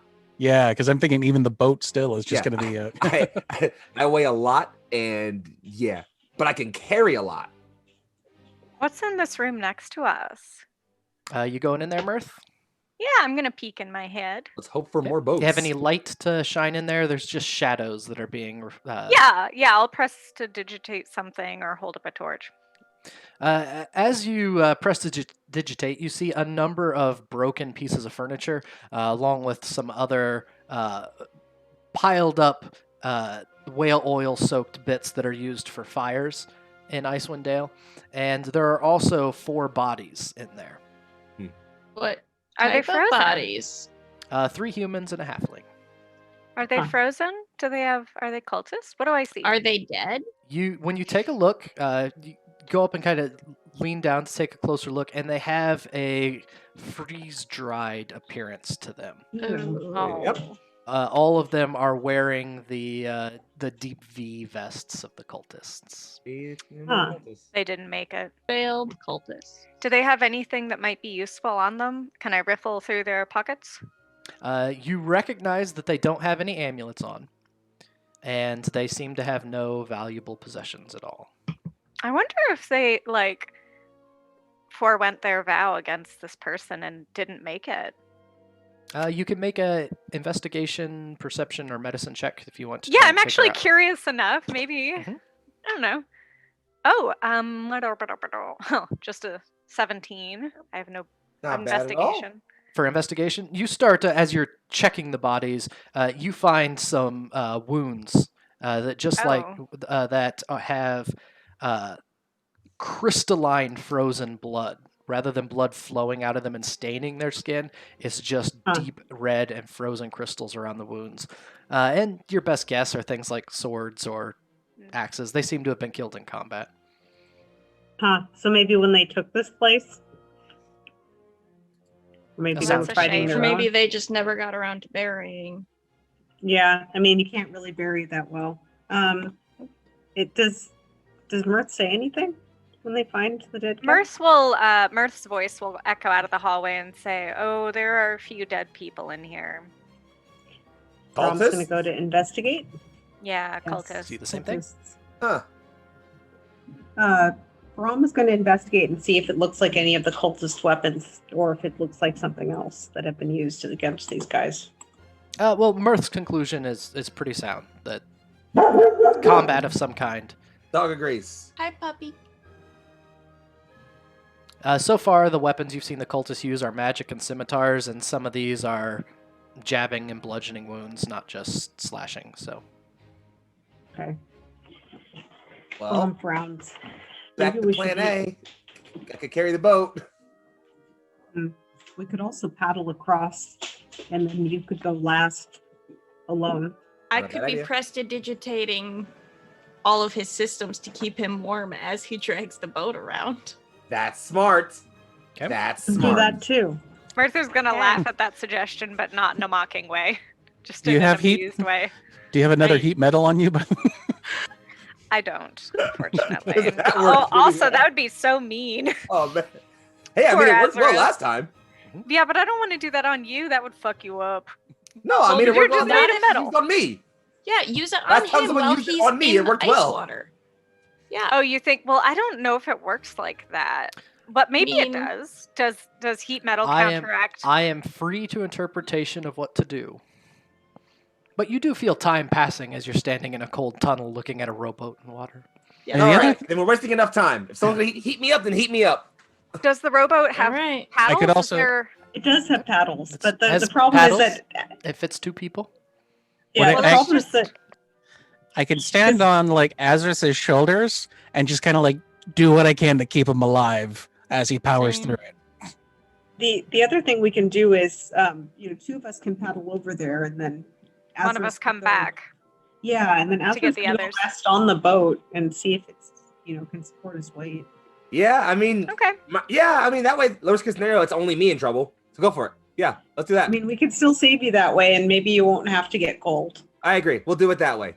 Two at a time, Okay. friends. As we kind of just move to like the side, kind of just like offer Okay. a hand, just like after you then, friends. So We're almost Mirth gonna will have go if paddle. there's room. Yeah. it should be because did you After say you Laine. had a way to keep him warm as well? Because it should be Mm. one warming person. No, I would be each just. trip. I would probably be putting like cure I don't have light heat wounds into metal. him. Yeah. And Your light wounds. prestidigitation is, a It's- cantrip. It's a cantrip, so I'm doing as much as I can with it, but it's not going to be Mhm. tons. I think it's just going to be. I think you're just going to have to try and power through it. I can't see any way. So. I'm a big robot. Let's do it. Yep. But you know what Mirth is going to do is Mirth is going to tie.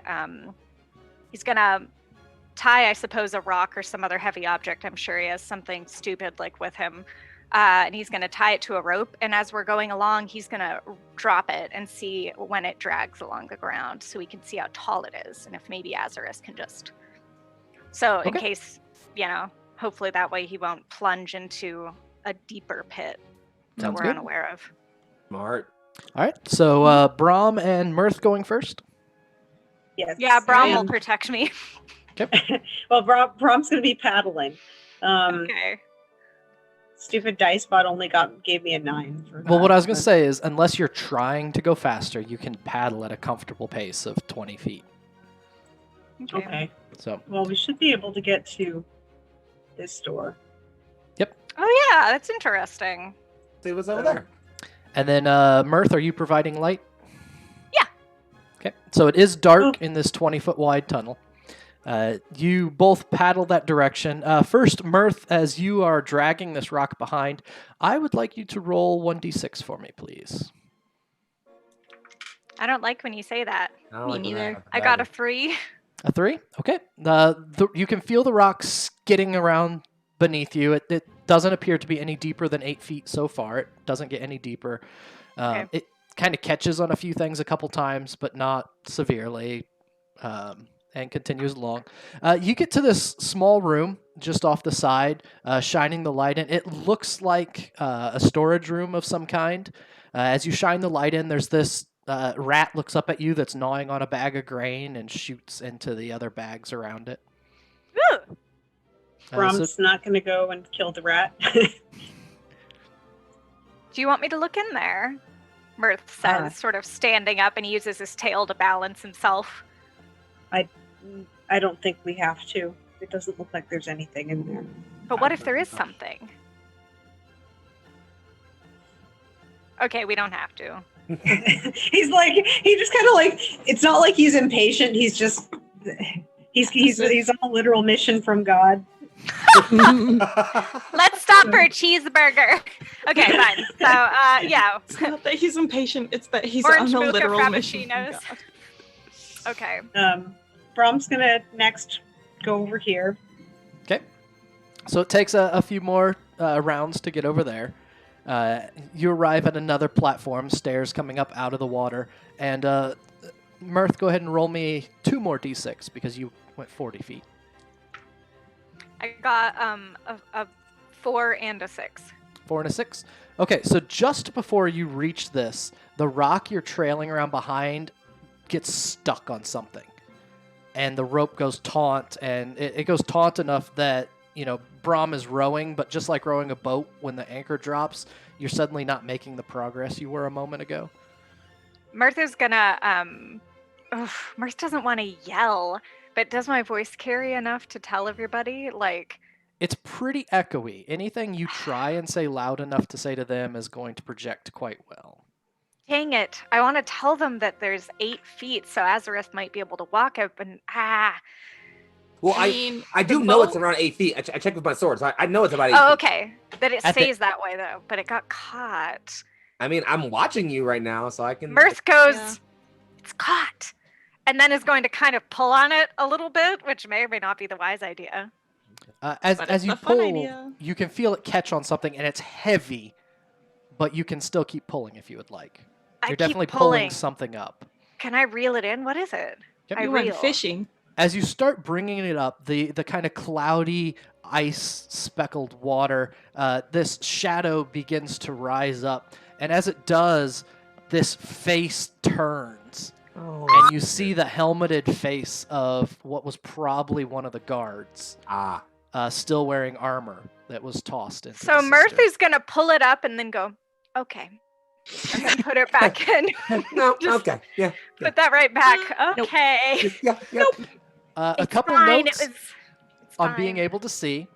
No one on the shore can see. You can see the light that Mirth is producing, so you can see them in that respect. But you can't see further beyond that. The two of you in the rowboat, just at the edge of the light, you can see there's some kind of slab of blue marble. That is Okay. This? that's a slab of blue marble, and then you have these steps going into a hallway into a larger room next to you. Okay. And Brom, what you see in the center of that room, you see frost covering the floor of this dark 15-foot square room.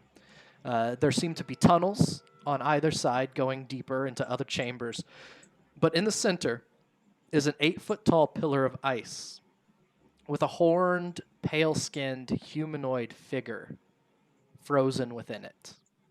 The pillar is wrapped in black chains, and you can see behind it a brown fungus growing on the wall. You immediately recognize this as a shrine to Lavistas. Ew. He says under his breath, Lavistas, very quietly. and immediately he knows what he has to do. Bring it. Okay.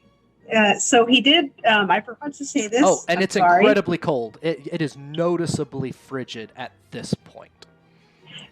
Brom would have left. So let's see. How did I check? Yeah, I think I'm definitely okay. He would have. He has 120 feet of rope, so he would have left an end over here so they can pull the boat back. Sure. Yeah, I was gonna say, how are we getting the robo back? I forgot to Good tell idea. you. But Smart. that was You the are thing. very I'm smart. sorry. I promised I wasn't retro gaming. Nope, I was going to sounds good say to it, me. but I was also trying to be patient, and I forgot. I was about to All right, ask well, anyways. So With the boat so back, we're- Azra's kind of just like grab it so it stops. and It's going to harbor. be a little bit before the Okay. boat comes back, unless you're going to pull hard. So we'll start with Mirth and Braum at this shrine, and give you each a little bit of moving around and an action. Yeah, Brom is going to tell Mirth to stay back, and he draws his sword. And I'm sorry, Mirth, you know what he's going to do, because he looks at the pillar, knows what it is immediately, as soon as it's frozen, even before he sees it well. And he draws his sword as if it were a living being, and then rushes forward to destroy it. Yep. As you get within melee range of it, you can go ahead and attack it. Go ahead and just you're going to hit it. Go ahead and just roll damage. And he's speaking his mantras quietly and with fervor. Oh, I'm sorry. You said he's going to hit it. Yeah, you I hit rolled it. to You're not attack you're it. not going to miss a. You are a trained divine warrior. You're not going to miss a block of frozen shrine to your enemy. Okay, let me roll damage then. Yep, just roll damage. Kablamo. That's not it. Oh no, I'm gonna roll. Okay, There it is. damage 6. So your greatsword falls against these black chains and the ice, and as you take that step to really put your force in this blow, you get so close that this frigid air has gotten colder and colder and colder, and as you are within melee range of this giant, or this 8-foot pillar, and I'm going to move you to put you in front of the pillar. So the pillar is right here, right in front of you. I could probably draw it. Freehand. Woohoo! Demon statue. The devil, and I'm just thinking of that. Sorry, if anyone's seen Little Nas's new video, don't look at it right now. I'm sorry, and also that's what it makes me think of. Okay. As you swing, I need you to make a Constitution saving throw as the Oh, cold no. becomes Uh-oh. absolutely intolerable. Uh-oh. Reminder: you have a +2 if you need it. Uh-oh. Oh, bluff. So bad. Oof, oof, oof. I don't think anything's So gonna be bad bad. is definitely a thing. Uh-oh. So the cold is unbelievably intense. You take terrible roll. You take Oh, 10 like- cold damage as you move close to this brown fungus that's on the back of this wall. The slash takes a chunk out of the statue, but not a huge amount. You can hear a voice from your right say, "Get out!" Mirth, what do you want to do? Brom mutters under his breath, "Torm, give me strength," and doesn't step back. He's probably going to attack again. But Okay. yes, Mirth's turn. Yep, Mirth, go ahead.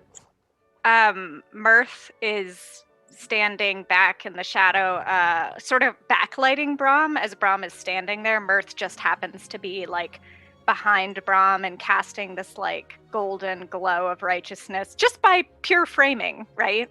Every frame of course. painting. And I think Mirth is going to say, let them cower before you, and is going to cast heroism. Yeah. And you're immune to fear, and you get some temporary hit points equal to my spellcasting ability mod at the start of each turn. So, oh, actually, you just get 1. Oh my god, have I been doing this at 5 every time? That's my spell attack bonus. Oh my god, I'm a demon. Okay, well, you get 1 for now, and you're gonna keep getting those You should be getting. that You should correct? get your charisma Your modifier. Oh, okay, cool. I was like, man, that's not very much. No. Okay, cool. In that case, you get 3 at the start of every turn, but they're temporary, so keep track of them. But that's important. Yeah. Okay. So I think, Mirth says let them cower before you, and I think you feel like a burst of like mirthful energy of like joy from behind you, like all the best, the kind of laughs that make your ribs hurt, and the heat of a summer day. Brom seems grateful, but he's in the middle of religious fervor right now. So Oh, yeah. We amplify. We are merely here, Beyonce, to back up dance. Don't let me interrupt your religious fervor. So the rest of you on the shore, you can see in the light Mirth casting something. Yeah. And then you have a boat that's about 65 feet away. Azra's just kind of like will like grab on the end of the rope and just like yank it, try to like pull it back towards them. I'm helping. He'll kind of like look over and notice like them seeming to be engaged in something and assume that there's probably expedience. So like he's definitely pulling with like some energy. Like I'm trying to like yank this boat back to us pretty fast. Go ahead and make an athletics check with advantage, as Laine said that he was helping. Cool. Here comes that thing you just said. Oh, I rolled poorly both times. Look at that. So it's not a question of strength. It's a question of keeping a hold of this wet rope that has been trailing in the water behind the boat. And you're not getting the grip. You're not getting the traction. Your hand's slipping through it. So the boat pulls back towards you 20 feet, but no further. While we're pulling, I'm going to look at Azaris and just be like, do you think you can make it over there in the water faster? If my friends need me over there, then I will. Can you take Patrice on your shoulders? Mount up, little one. Yeah. Get in there. I'll be there. I'll be there as fast as I can after you. Go. And Azaris will kind of like take like a stance. He'll definitely swipe and activate his frost runes just to make sure I have that, that bonus to strength and constitution saving throws and checks and stuff. Sure. And I'm gonna climb up. I'm gonna like hold onto your head. I'm like, don't worry, buddy. I think you got this. Oh God, I hope you got this. And I give you bardic inspiration. Just take off and start like sprinting my way towards the where my friends are. Just full on Terminator run, but kind of underwater. But you're doing the pose. So what is your speed?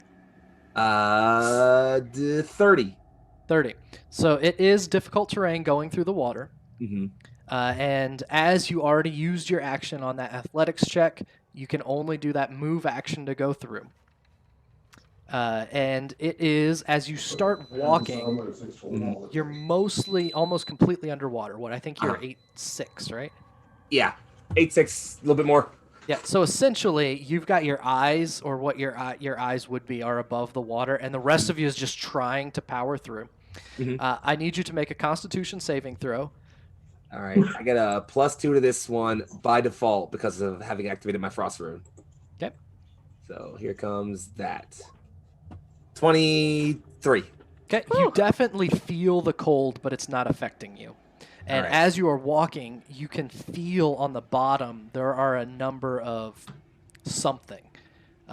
Perhaps whatever it was that Mirth pulled up and saw. You didn't get a good look at what it was, but Mirth dropped whatever it was back down.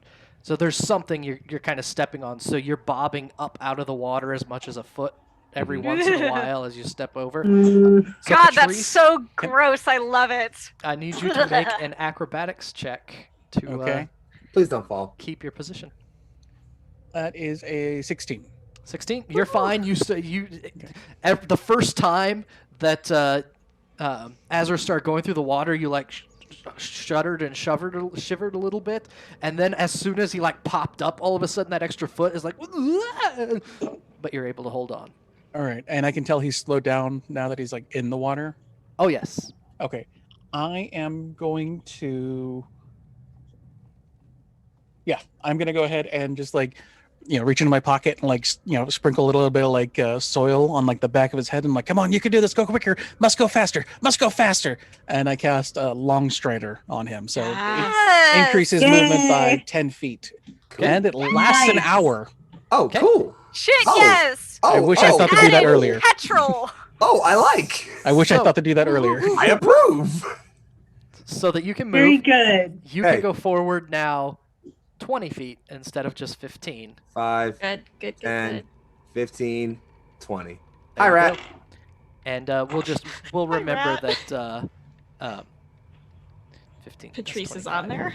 I will up my my movement speed to 40, just so I'm aware of it for now at least. Yeah. Yep, And it's no not problem. concentration. No, it's Isn't not. that Long the strike is best? kind of a great. That's actually amazing. Holy shit, that's a really good spell. So Laine, your action was to help pull the Help boat in. pull the so boat. we're going to go And back now to I have the rope all by myself, and I'm going to just be pulling. Mirth and Brom.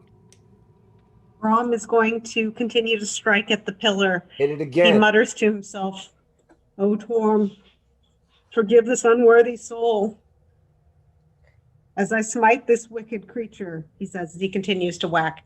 And I rolled while you guys were pulling.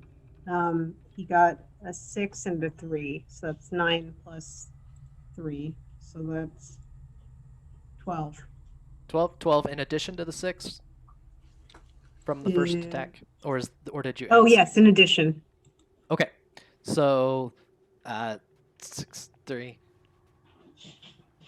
Huge chunks of this altar start falling apart. This effigy to Lavistas. Enough ice has broken away that you can see now very clearly it is what you expected to find. It's a dressed-up wooden mannequin that is carved with the horned demonic visage that is frozen in the center of this block. The chains are starting to fall away.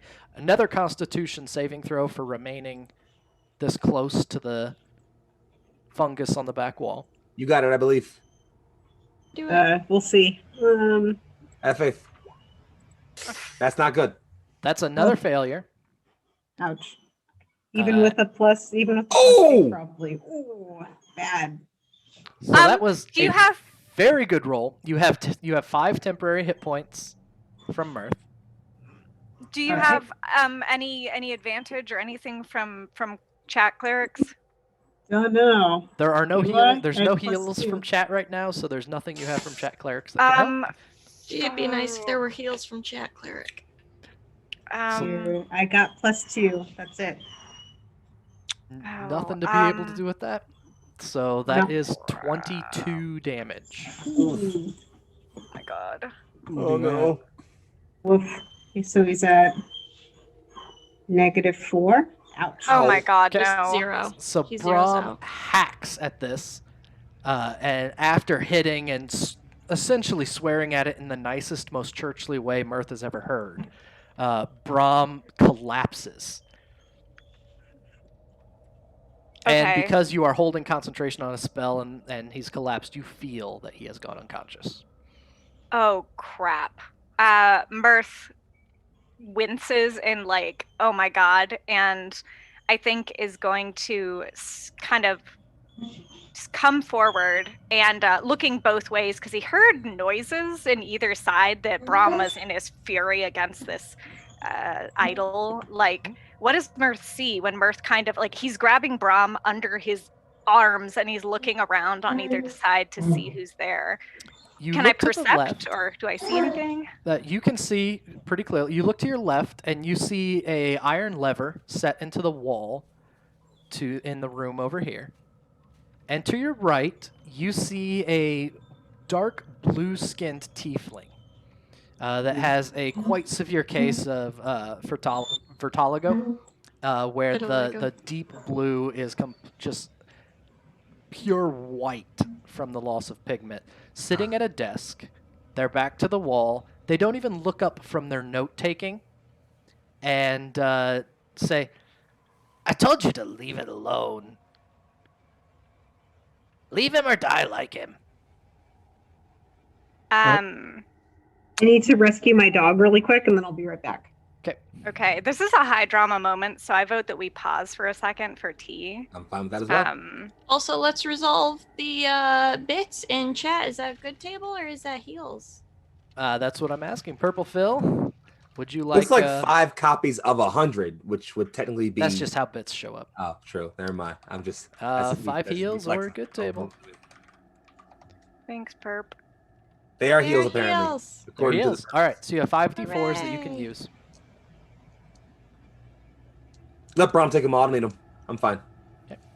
I'm missing my 6 Brom, health. there's That's fine. 5d4s here. that can be used Sorry. for heals. You got So- 5 d4s of But healing. before from the you chat do today. that, Before, we're going to let I Mirth want to do a take- narrative beat here. So, Okay. Mirth has his arms around and he's kind of pulling you away from that icy cold thing. And he pauses and he sees the tiefling. And Mirth's like, he has little ears. They're really small behind his crest and Aw. horn, but they go back like a cat. And he actually bares his teeth and like does a really loud, low hiss. And it's like a super primal thing that he's never done before because he's little Mr. Fancy. And it's like a kind of like furious cat thing. And I think his little frills are bristling out. And he actually looks scared. Like he doesn't know what this is. So he's frilling like an angry cat, but he's not running away. He's kind of like sort of putting himself in between Brom and this thing and saying, "Are you responsible for all of this?" And I think, where would that look? He might even, oh God. Geez, I think I'm going to freeze to death if I stand where Brom is. That's the problem. You're very, very cold, but as long as you're not attacking the statue, you're not close enough to be affected. Okay. So I could stand like where Brom is without... I'd be able to feel that it sucks, but I'm not going to like die unless I'm attacking it. You're not under threat. As you get closer, it gets colder and colder and colder and colder. It doesn't hurt yet. So that's the way I would describe what you know of this.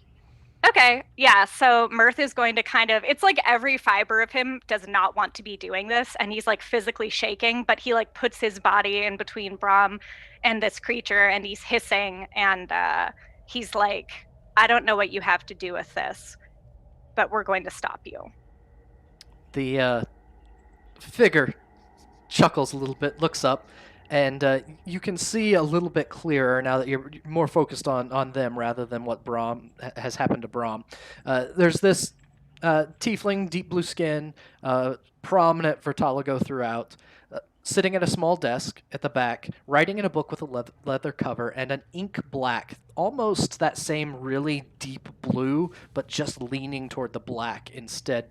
Crow is perched on one of this tiefling's horns, and seems to be reading along with whatever it is that she's writing. That's the coolest. Barely glancing up, sparing you only a moment, she says, "I've done nothing. The holy man should have known well that brown molds are often behind altars to Lavistas to keep them frozen solid. He knew what he was getting into. I did nothing." Is she wearing cultist garb? She is not. Mirth notices this and goes, "Why are you here? You're not wearing the right clothes." Oh, you can't sit with us. You're not wearing the right clothes. It has proven to be a beneficial base, and I have a understanding with the fanatics. So you're not with them. What are you Not doing here if you're not with them? research? Reaches over and she grabs a book. She's wearing, you can see a little bit clearer, she is wearing deep burgundy tinted robes.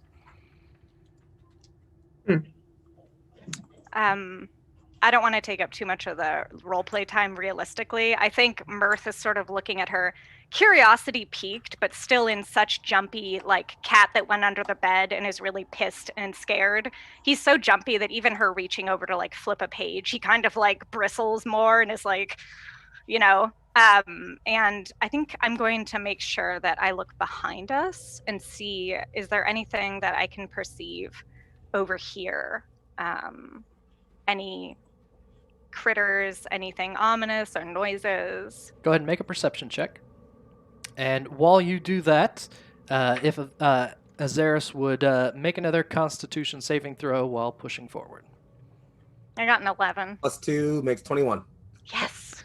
So, Mirth sees, you see a metal lever. That's it. There's a lever set in the back wall of that room. It otherwise appears to be empty. To open the door. And then, Azaris, you can continue another 20 feet, 15 for your regular movement, 5 extras for Longstrider. Mm. Action to dash. Got dash, yeah. You can dash and do it again. Yes. Landfall. Hello. Yes. Thank you. Because of the dash, I need Patrice to make an acrobatics check Oh boy. Don't fall off, little guy. at disadvantage. Oh, Oh no. crap. Okay. Oh no. Hey, so don't use all of those d4s immediately, apparently. Maybe So I not. rolled a natural 20, Okay. and then I rolled a 5, so that's 11. 11. So as Azaris starts moving forward, and Azaris, you feel the cold begin to set in, and it feels much more difficult to resist this time, but you're able to push off the cold, not let it slow you. You start to pick up speed. And as you pick up speed, you stumble just briefly over one of the whatever it is that's beneath the water. And when you do, there is a splash behind you. Oh, fuck. Oh. Nuggets. As Patrice falls into the frozen waters. No. Where do I? Okay, right there. Right there. Oh, angel baby. Oh, You're like the no. size of an uncooked turkey. Oh, no. Frozen Which is a turkey now. normal as turkey, I soon guess. as you hit No the water, frozen you turkey. feel the Frozen intense turkey. cold. So I need you to make a Constitution saving throw Yeah. for hitting the water. That's a 13. 13 is enough for the first time. Ugh. You can feel the Ew. cold seep into your bones, and you feel yourself starting to shiver, but it doesn't seem to have an effect on you. Laine, you are pulling the boat onward. It's still 40 feet away from you. I would like to go super fast. Athletics check. I have a strength of 7, You got this, I believe. but I have advantage Orphan on my rowing. next roll, so. Good dice, here we go. I think you have a +2 you haven't used also. Uh-huh. Oh, polar bear plunge. No. Ayo. Okay, so it is strength athletics check. Yep. Guess what? I'm proficient in athletics, Hey. which go. brings my Yeah. modifier to 0. Hey. All right. Nice. So, yeah, we'll burn my +2 and get me 18. 18. Hey. You're able to pull the boat all the way up to the shore in front of you. Yes. Yes. So that takes up your action. Movement would be getting in the boat and preparing to go. Cool. Okay. Bonus action. I have Lil Bubby. I'm gonna send Lil Bubby out. Okay. To Deploy see the what I bub. can see. Deploy the bub. Deploy the bub. Tactical bub. What's deployment. Little Bubby's speed? 30? 40. 40? So Little Oh, Bubby he's so can get fast. Little Bubby is one. really fast and has way too strong of a shot. So Little Bubby is hovering above Patrice in the water. Oh No, puppy. Is it like Little- Titanic? Like, No! hold on Oh, to God, me. no. Little Don't. Bubby No, is don't. like in, like holding onto Patrice's hat. I'm just like trying to grab him, like pull him up. Oh, Perfect. no. Then they're Uh, on a door together. No, I'm just Little kidding. No. Bubby just wants to help. Brom, you are currently dying.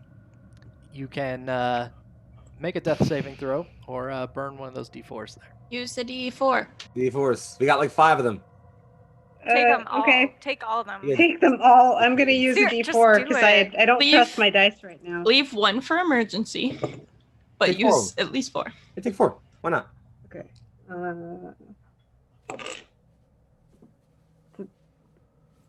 It's a D4, right?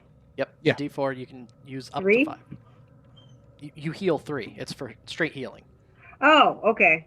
Yeah, sorry. No, the D4. I was you just can like, use the what is it D4s as useful healing. for? Yeah, we usually get good Okay. tables instead of healing. Yeah, you use the heals.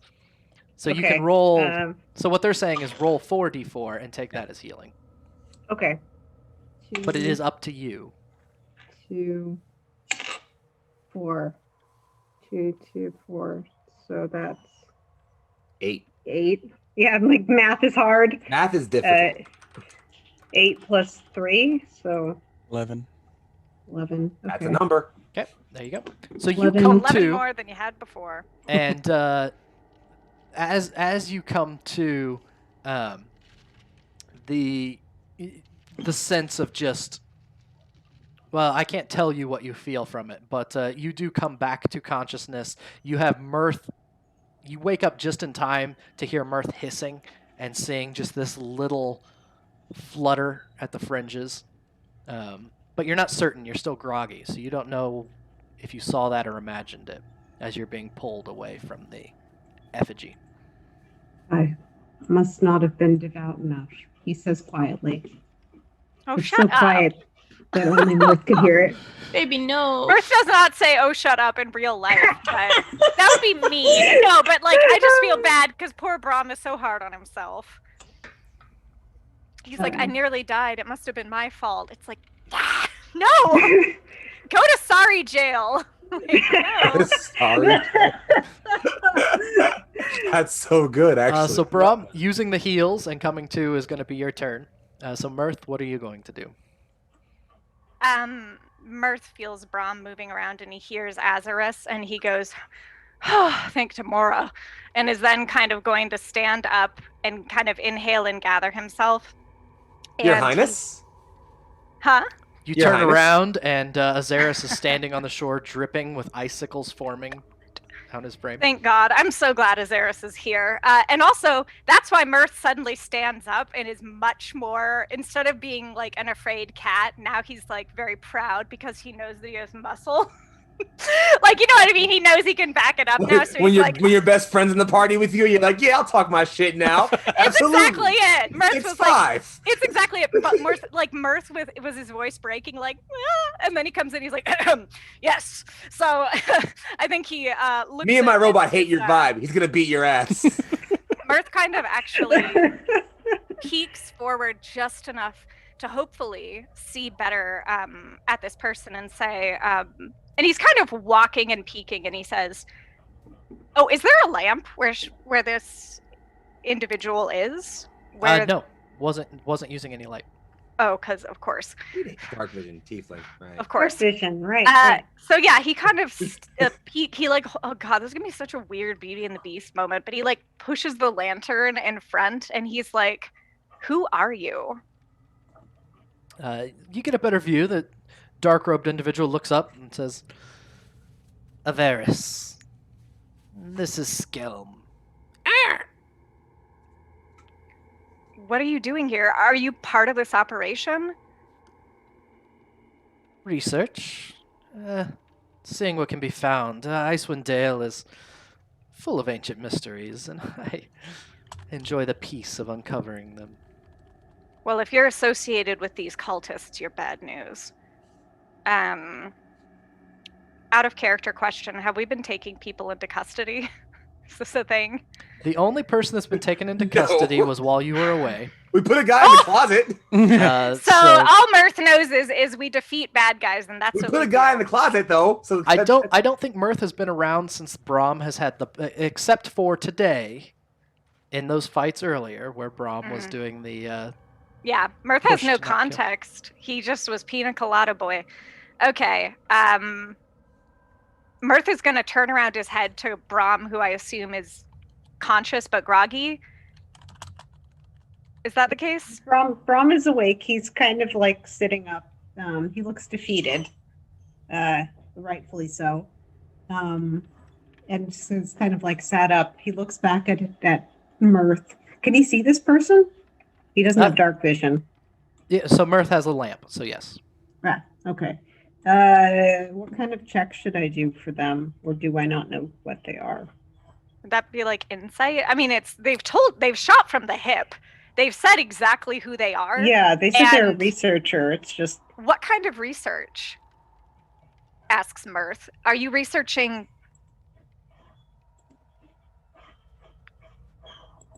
What are you researching? Make a persuasion check. Okay. Wow, Bard. Hold on. Let me say that was a horrible facial expression. I I'm not sure adored what that just happened, face. actually, but it was great. I loved it. I adored that. It was so great. I need more of that, actually. 25, baby. Are we God dating? Damn, son. So nice. I think you're engaged now. as how it you works. start to kind of urge a little bit more information out of Avaris, Avaris stretches a little bit and rolls her shoulders back and very carefully cleans the pen she's been using and sets it down. Adjusts these rather large glasses she has on, even with dark vision, which was a very funny image in my mind all of a sudden. I wear my sunglasses at night. That's such a great joke. I haven't heard it in so long. I'm aging myself. Well done. I don't know what that means. That's a well-placed joke. Closing the book in front of her. She looks up, says, "Huh. I don't know if it's meteorological or astrological or... In any event, Icewind Dale without the sun for 3 years is something of note, wouldn't you say?" That's exactly what we're looking into. Join our team. Mirth kind of pauses and says, in his head he's thinking, maybe I won't have Azaris kill you.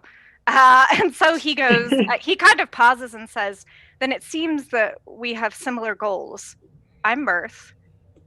And in his head, once again, he's thinking, and I haven't decided whether to make Robot kill you. And he says, do you know what that lever over there does? Avaris leans forward a little bit. It drops the gate at the end of the culvert out there. What's behind the gate, do you know? I think that's where they took their prisoners when they took the fortress. Mirtha's going to recite this to Brom and say, what do you want to do? Brom is now sat up. He's going to lay on hands himself to restore the rest of his... Sure. Well, not all the rest of it, but let's see. He'd be back to 21 hit points, I think. No, Good. he can go to full. Never mind. Yes. Let me see. Where am I at now? 11 hit points? So as laying on hands technically takes an action, we're going to go to the poor drowning kobold out in the culvert. No! Working on it. So, Patrice, Yep. you can make an athletics check to swim, which is at disadvantage. But before you do that, you need to make a Constitution saving throw. No. Little Bubby is trying to help, but he That only has is your hat. a natural 19, so that comes up to Nice. 21. 21. The cold has gotten much worse just by being in the water one round, but you're still in good shape. It's not slowed you down. You can make a athletics check to swim, or if you have any other ideas, I am open to them. I'm almost there. Get on the Swim. ice. Yeah, Swim. he's just gonna like pull out, like just claw his way onto the ice and like try and see if he can climb up there or something. All right, I would say So- climbing up on ice is an acrobatics check. All right. Last time it didn't go so well. Oh, Patrice, you got a +2 to a check or a save from purple. Oh, Yeah. okay. That would make that a 27 then. Oh, A well. 27. look at that. You start scrambling up this larger piece of ice, and it starts spinning in the water. But as it spins, that just somehow seems to help you get a grip. And completely unlike your attempt to go up the wall of the castle, you skitter up with perfect ease It's to that the cold, top of this living. ice block, and you're like bobbing there, shivering as Laine comes by in a rowboat. What up? Hey. Oh my god, this image is adorable. Hey, boss. Mhm. Hey. Oh my god. Aw. I'm seeing it like a comic page It's in my so head. great. Like It's my panel favorite number 1, thing. panel number 2, Laine. Same like, you know what I mean? It's like a 4-panel comic with Laine just being like, sup. Hey. Aw. I'm That'll here. help. Just come here, buddy. And I press digitate clothes dry. Thank you. Yup. Let's go get our friends. And I bring you in the rowboat. Can I go? Can I go break a shrine? All right. Yes, please break. Yeah. Oh, Yes, fuck yeah, let's that's a do it. great idea. I Yeah, was break gonna the do that. shrine. That was So that was Brom the is- plan. Yeah, Brom was sitting on his ass, but he makes a gesture to Azaris. That's a straight cut across the throat gesture that seems to indicate, please decapitate this unholy thing. Yep. So yeah, About I'm that. just gonna take off running down the old hallway here, get as close as you can, and just big old cleaver. No longer using the flat, going for the actual slice this time. Just gonna Cut off its head. All right, You're go allowed ahead to and kill just roll something. damage. You're perfectly capable of hitting a wooden mannequin that doesn't we'll move. ignore this. You know what? I can You still hit it really well. Big dice. You're right. Hold up. Big dice. Yeah. Oh, cool. I rolled 12. So that's 15. 15? 15's enough. You hack the rest of the way through this. You cleave the mannequin in Yeah. half. You So, yeah, finish the Ezra's kinda last comes bits of that.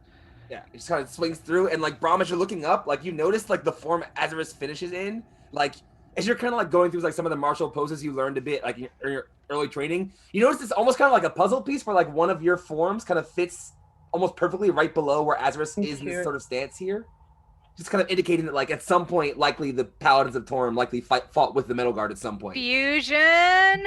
Ha! No. So I need a Constitution saving throw from Azarus as he got close enough to attack the. Hiya. 16. Nice. 16 is enough to pass, which means you only take half damage, I'm fine with that. Ooh. which is 15. Perfect. I'm glad because that so would have much. taken me to 0. Holy crap! We are Sorry. so bad at this. It does so much damage. That is so much Uh-huh. damage. But it's gone now, and That Azarus was- is kind of just like, again, just like settle in, look over at Brom, just to kind of offer a nod, just like, you know. At the sound of the crash, Avaris leans forward again and looks. I just got here on the map and it's pronounced avarice. Oh, I also just got here and noticed it's also pronounced. I was like, excuse me, Avaris? Like, I'm right here? Sorry. Excuse me? Let's do a Command F, fill in and replace all of the accidental times. I got you. That's not a problem. Sorry. Retcon pronunciation. English sucks. It's a weird language. It Who cares? does. So Avaris I'm leans sorry. forward, and I am going to say Avaris because I'm sticking with Avarice. it now. Keep it. Don't I'm change. stuck with it now. Not Don't backing change. down. Live Not your life. backing down. I'm doubling down. We'll lean forward. It's pronounced differently in the region she's from. It's just Exactly. it's a dialect. It's a dialectical tort. Yeah, don't be a bigot, Laine. Jeez. Leans forward and sees that and says, "Damn. Well, there won't be any staying here now. Thank you for that. They're gonna be pissed for days." Begins to pick up and Come with starts us packing instead. a bag. Says Brom from the floor. With you instead. We have Why? A What do you care about Oriel? I've like Oreo? rushed in with What is Patrice Oreo? now, Rios? afraid that like they're getting murdered, and I So hear what that. is? Yeah, you come into the conversation, I suppose. But what is Oriel? She's the Frostmaiden. Oh, I see. Yeah. Well, same as you. We're trying to give light back to these dark lands. We're And trying it to sounds like we uncover have a what's similar- happening. You have information. We could pool information. Maybe we'd get closer if we shared what we found. Also, we have a big robot. We've already uncovered some. We've already aided some researchers. Perhaps we can aid you. Says Brom, still sitting on his ass on the floor. But we're From going to your- drag you away from the cold part. From your angle, Brom, you can catch just the briefest of like a twinge of a smile at the corner of her mouth as she starts packing her bag. How many of you are there, by the way? It varies, really. Several. Can Brom roll diplomacy? You've got persuasion, but what are you trying to persuade? I feel like we've already Get her to persuaded. join her, or get her to join us. Join our team. Join our team. Die with us. Die with us. You Die can with us. Dane. Every Yes. time that 19. Darkest Night, Brightest Light loses a pet or NPC, we gain one. So it's about time that we get this NPC. He got a Trying 19 to get rid persuade of her. NPCs. Die persuasion. A 19. Plus 2. I'm going to use my dice rolly thing since it I didn't help think me we before. get an NPC. Z being gathered right now. Avaris looks your way and says, "Join you. For research, do you think you can get me to her island?" I mean, Yeah, that's where we're island heading in the there. end game, yeah. That's where we're going. Mirth is like, Where she we're has headed. an island? I mean, yes, of course. I want an island. Brom just straight up says that's where we're headed because That's the thing they have to do. That literally is the game plan. That's the end game. That's where we're headed, boss. That's what a baby boy Neo told them that they're going to do. So that's what they're going to do. Besides, listen, our vanquish all these fearless leader Lavistas isn't guys. here right now, but he would say yes, absolutely. The baby boys would say yes, absolutely, and that is exactly our goal. Besides defeating all these servants of Lavistas. What would Neo do? I just follow these people and kill what they say kill. That's usually how that goes. You remember that part in the Lord of the Rings after they make the promise and then Peregrine goes, right, where are we going then? Where are we going? I feel like Mirth has a tiny bit of that quietly in the background. He's like, oh. Okay, so what now? It might be a bit more than that because a quick riview of character knowledge at the moment. So a lot of you just learned the Frostmaiden's name. Take some notes. Brom would immediately, sorry, that was completely the wrong word, immediately make the connection to Auril, one of the lesser gods in the Pantheon. And Laine would be the only one that knows Auril's fortress is on one of the larger ice flows somewhere in the sea to the northwest, but it moves. It's difficult to find. We go get us a boat. It's more like that legend of something that direction. It's Atlantis, but knowing evil. the exact place. It's Icelantis. Icelantis. I'm here all week. Evil Icelantis. Wait, is it evil is it, Atlantis? Yeah, I was gonna say, is it Icelantis or is it Atlantis? I'm fine with both. Evelantis. So the rest of you, an island would have been completely new information, which is why it's really funny that two immediately go, yes! All of us are like, yes. That's where we're going. I mean, Azarus just found out what the hell it is we're even doing, to be perfectly honest. I just kind of been hanging out with y'all for a fair bit. So it's like, oh, so that's the game plan? Cool, nice to know. So you found it then? Yes. Listen, it's kind of a long game here. We're working that on we're it. playing. But once again, if we pool our resources, it's possible that we could get there more quickly. You're looking It's to our have the ultimate sun goal. return as well, right? Is that your ultimate goal? Mirth says stepping it back and making sure that this isn't her allying, or you know what I mean? This is a wait. Core values check. Go ahead and make an insight check. She has just a splinter of a smile. I just threw my d20. Hold on. I have another one. That just like went. I'm sorry. Understandable. The image of that Just threw it across the ground. It's yeeted across the room for no reason. I yeeted it a little, but it was like. Okay. I'm glad. All right. I don't know Was why that that's so funny. I'm glad you like slapstick right now, and I'm happy to supply. It's insight. Was that what you were Insight. saying? Yep. 15. 15 to understand her motives. She's not being super coy about it, not trying to be subtle. Well, I suppose the sun could come back if it falls into that direction, but I'm curious about the mechanics of the whole thing. It's powerful magic, you know. Oh. All right, so should we let you know when we're about to go there? Is that what you're really asking, or? Oh, it would be greatly appreciated. I've found some odds and ends that might help you make your way through a fortress.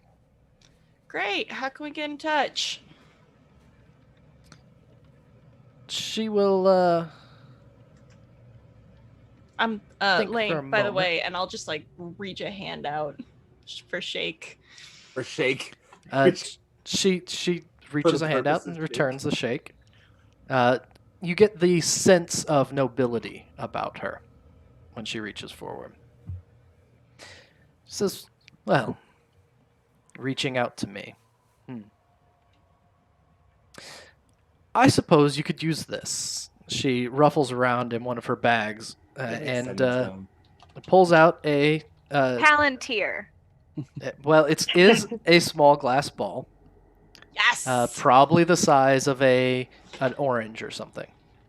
Not particularly large, not quite baseball sized, something along that. Said, when you have something valuable for my research, shake the globe. The snows will gather, and I will send one of my servants. Do you guys mind if Brom I hold it? blinks. Feel free, I- friend. Go I was ahead. already putting unidentified snow globe into my inventory, but yes, you may have it. Skelm You will, got will caw. Bubby. You did get little Bubby. I did get little Bubby, yes. Thank you. Message. Oh no. Is the snow globe like directly connected to her familiar? Probably. Oh no. Yeah. You can definitely have it. Well, Yes. do you have any recommendations of where to stay? Because I certainly can't stay here much longer. Yeah, you know, we actually left a house up on I'm forgetting the mountain that we just got down from. The uphill climb. No. Was that the name of the tavern? I mean, yes, Well, that. and they can't, I was like, gonna be a butt and direct her to Mount wherever we just rescued. Where did you come from, Azaris? The mountain place we were on for a bit. I Yeah. totally forgot what it's called. Kelvin's Cairn. I was That. like, yeah, we actually just That. left a house built up on Kelvin's Cairn. Real isolated, real nice if you can mind the tourists. It's That if you- sounds miserable. And the locals the too. uphill climb, Yetis. says Brom finally, getting up off the floor and wandering towards the switch. Let's just recommend one of the 10 towns we've been to. I'm gonna recommend the one that's furthest away from Bremen then. Because I'm also a butt. Well, Well, are there any that we haven't been to? We could send. We There could are maybe she plenty could that go. we have not been to. Maybe she could go ahead to someone. I don't know. Maximize our reach. well, Not a bad idea. you have all Uh, been wonderfully helpful. Thank you for that. Koenig. The most We're helpful. gonna say Just Aren't we there right now? no. give it a shake. We're at Kirdinival. Kirdinival. Oh, you're right. I was gonna my say bad. Kirkonig. My bad. Yeah, go there. I mean, Bryn Shander's the biggest. Always fun times there. I don't know if you're native. You could be. I have no idea what is good around here. Everything up here is horrible, I've learned. Aww. I don't eat or sleep, so I can't really recommend anything in regards to that. In regards to those things. She finishes packing her bag. Says, "You and me once again, Skelm. At least I will have some valuable company. Farewell. Be careful. Shake the Be globe safe. when you have something to share, or if you have found the island. And, well, I would appreciate it greatly. I have some information of my own to give you if that's the case." As she's kind of beginning to close it, Mirth blurts, and it comes like he wasn't expecting it. He's like, "Well, you can call us too, if you want." It's true. They do need a lot of practice. They're, Just they're for new. yeah, I if you will feel like it. keep my eyes open for opportunities. Thanks. Just any time. It's fine. Okay. She will walk by, and as she does, Skelm will caw. And he will fly off of her horn and start hovering next to Mirth's pouch I just hold little Bubby and safely. start pecking at the pouch that you keep your map in. Oh. And Skelm will go, info! And that is Oh, where we Oh, it will talks. close for the evening. forgot that detail. Oh, cool. It talks. Ooh. I'm glad Skelm remembered something important because Al sure didn't. The MacGuffin was Good job. literally right in my bag, and I'm like, ah. I didn't decide that he wanted to know that until like 3 seconds before Averis walked away. So How we do No, that. that's great. That's how that great. works. that's how that Be like works. that. So we will draw our game to a close. Want to thank chat for hanging out. Thank you so much for all the chat clericking to save Bronze. We needed it. How to Righteous- Save him from Righteous killing over himself. enthusiasm. He was destined for over enthusiasm. I mean, he pretty much was brimming with it as soon as he heard the name. So Yep. it was going to Yep. happen. It was only a matter of time. There was too much gay conviction as compared to normal conviction within his heart. Thank you for hanging out. Continue to hang out, chat. If you have any comments, questions, concerns, conundrums, or qualms, lift them up. Going just a little bit later than I thought, so we'll give it a 10 or 15 minutes or so if you want to lift any questions, or if anyone here wants to bring anything up in our little bit of after talk, feel free. I do want to start by saying, Ekash, again, thank you so very much for joining us. Thank you. You're the Thank best. you. This is Kind so of fun. sorry I threw you into a frozen cistern, but not overly sorry. I love your He was I knew the okay. risk. I knew the risk when I jumped up on the shoulders. Ekash, I really love your voice acting. Oh, thank you. So cute. Pretty well done, dude. Nice. Honestly, definitely. Yeah, it's Very good. good. I It's something that appreciated adds it. so much to games like this. Yeah. Something that, DMing as long as I have. I realized the other day I have like 4 voices I use and that's it. Oh, dude, I have like 2. But- Are you kidding me? But like, the funny thing about it is it's not. I love playing with Ekash and watching the way he does his enunciation, the way he changes each of the voices, the way everything is unique. Just a long list of fantastic TPK voicers. So Ekash, thank you so very much for. Oh, anytime I get a Bring chance to come out and play, I love it. Especially since like it takes me a second to. With this one, I was like, I just got asked today. How do I do the voice? What am I going to do? And I just kind of like made it up as I went along till I found something that I could Works kind of out. settle into. So, but no, this has been a blast. I've been enjoying playing Little Kobold. So- We Wonderful. also have sweet. been You're always enjoying so playing cute. with I them. Quite enjoy Little I Kobold. love He's great. them. We they're love- they're a very underutilized race. I love them. We need more I think they're kobolds so in our cute. lives. I know that they're supposed to be evil, but like every time my players play them, I'm just like, oh, they're so adorable. They're too cute to be evil. Yep. Yeah.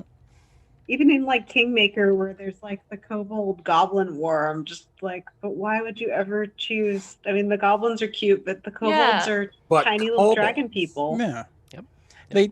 They just need a little bit of guidance. Mhm. So Also, you can peacefully settle the issue without killing anyone except for their extremely awful leaders. So there's that. If you ever play That's Kingmaker, cool. Mhm. Yeah, you can settle their war and not murder them. Nice. But anyways, Any other thoughts from anyone you want to kind of lift up for the evening? yeah, want to ask questions? This was so cinematic and comedic, and it Yeah. was just really good for my heart. I'm I'm very just excited. Good. So much enjoying this. I hope you're really feeling needed- better. I really needed Mirth back for the Aw. comedy and just like, Yes, very good. all of us getting Thank to just you. kick I in the missed you all. doors and be like, yeah, we're doing this. Yeah, you guys are It all was good. badasses. It's in particularly Mirth is like, good job, pom poms. I'm also feeling like I'm getting the swing of Mirth more, even though there was that brief hiatus while I was not well. I think that coming back, I'm like, no, I kind of know the direction where Mirth should go. That would be simpatico and good. Mhm. So And, I like, hope I we're can just- continue to develop that. And like we're just balanced when we're all here of like, Yeah. okay, we need somebody that's like, hey, buff you up and like, come along and pick up all the things that we miss. And like bards are the best support class. And like I like having as many bards as I can get. Honestly. Double bard. We're like Double the little feeder fish. We just like take Yeah. care of things. at the- Yes. It at works. all. It works. And it's important. Yeah. Also, Like, Mirth that is good like for balance. Mirth is like, am I biromantic? After like having a little like nobody develops, well, some people do, a squish, but there's this moment of, oh my god, a nerd. You know what I mean? Like I love nerds. I eat nerds for breakfast, kind of a thing. This kind of like Yeah. moment where, and honestly, he hasn't met many geeks out here in the frozen waste. There's a lot of like buff, uncultured. There's an appeal in that too, but Mirth is used to coming from a really educated, he took that for granted, coming from a very wealthy and very well educated city to coming up here. He's definitely checking his privilege a lot. And yeah, something about her geekiness and the glasses and the like purely research vibe is just so nerdy. Love it. We love it. Yeah, Wonderful. I'm looking forward, I think, a lot to just like seeing how many like how I can connect like other people's backstories to Azarus's in some way. Like HPU keep like letting me have these moments of just like, oh yeah, like this like super old thing's a thing you would know. And I just kind of like keep playing around with it whenever I get the moment. I'm just like, yeah, why don't I throw this in here real quick in this random attack description? Why not? And I just kind of like leaving in these bit of things and just like kind of like, all right, players have it's like why it's the reason why I haven't like written out specifically what the heck happened in this like war Azarus was in, because like I kind of almost want to leave that up to you guys to a degree where it's like just like whatever small bits of your backstories you can find in place, and I'll just go, yeah, cool, we'll put that in there too. And it's like, so the point where it comes like Azarus kind of becomes like this like almost like historical mirage character almost, where it's like everyone can kind of trace a bit of backstory through him. I kind of like that, and I like I've yet to play a character like that, and it's really fun and enjoyable so far, and I'm liking it already. Like first it was like Mirth knowing like the war song for forever, and now it's like Brom with like this connection to Torm, and like I kind of just like want to keep exploring more of that and seeing like what else I can find in terms of like character connections between Azarus's backstory. It's really fun for me. I enjoyed it a lot. Azarus makes me feel safe. Oh, he's so good. And I do have to say, Azarus would probably know some weird backstory too, since I think he was probably in operation like when the Great War of the Gods happened. Probably. Like yeah, like it's like minus like 237. Oh, yeah, I'm way older than that. Yeah, so he would have like remembered the War of the Gods and like Tyr giving up his godhood and stuff. So, like, you know, major Hi stuff everyone, happening. this is our family. This is our traumatized robot. Yep. This is our robot. It has trauma. Well, it's also it's a really good character building point and kind of a character building trick. For lack of a better way to describe it, rather than writing out some full backstory of a mysterious ancient origin, you found ways to pepper ancientness into how Azarus interacts with things, and that doesn't have anything to do with what you've written down. It's simply that on the fly, hey, what do I remember about this? Yeah, because it's that reinforcement of being so old that you've forgotten bits and pieces, and you probably have very little sense of time in the moment anyway. So it's there was a tower that broke down. It wasn't that long ago, and somebody else makes a history check, and you're like, oh yeah, that was 250 years ago. Yeah. So it's like last week. Dude, what do you mean? Yep. I recently. Oh, go ahead. I was gonna say that sense of ancientness. It's a trick to playing characters, and I think it's done very, very well. So I'm having so much fun with it. Honestly, it's like I've never really run that kind of character before, so this is like a lot of fun for me. And like Azarus didn't even really become this old as a character concept until maybe like 2 hours before the session in which I launched him. Because like when you told me we're like, hey, like being Sunshine, I was like, okay, I'll do a Warforged fighter, I guess. I'll be like a travel guide who was helping the people like climb the mountain. And then I was like, an hour before, I was like, but what if I was really, really old? Like, stupid old. And so I think there's some value to that, because we're all like, I mean, I think all of our characters are pretty much like mortals. I don't know how long Dragonborn live, but I have a shorter lifespan than you all. Oh, wow, really? Yeah. How long do they live? Yeah, and Patrice is gonna die like in like 7, 5 right? years. I'm 7. No. Oh yeah, I should Patrice not be is alive nearly right in now. the grave, one claw in the grave. Yeah. No. I'm the elder of my village. That's He's a hilarious. grandpa. I love that. Yeah, I enjoy that so much. That's my favorite thing, actually.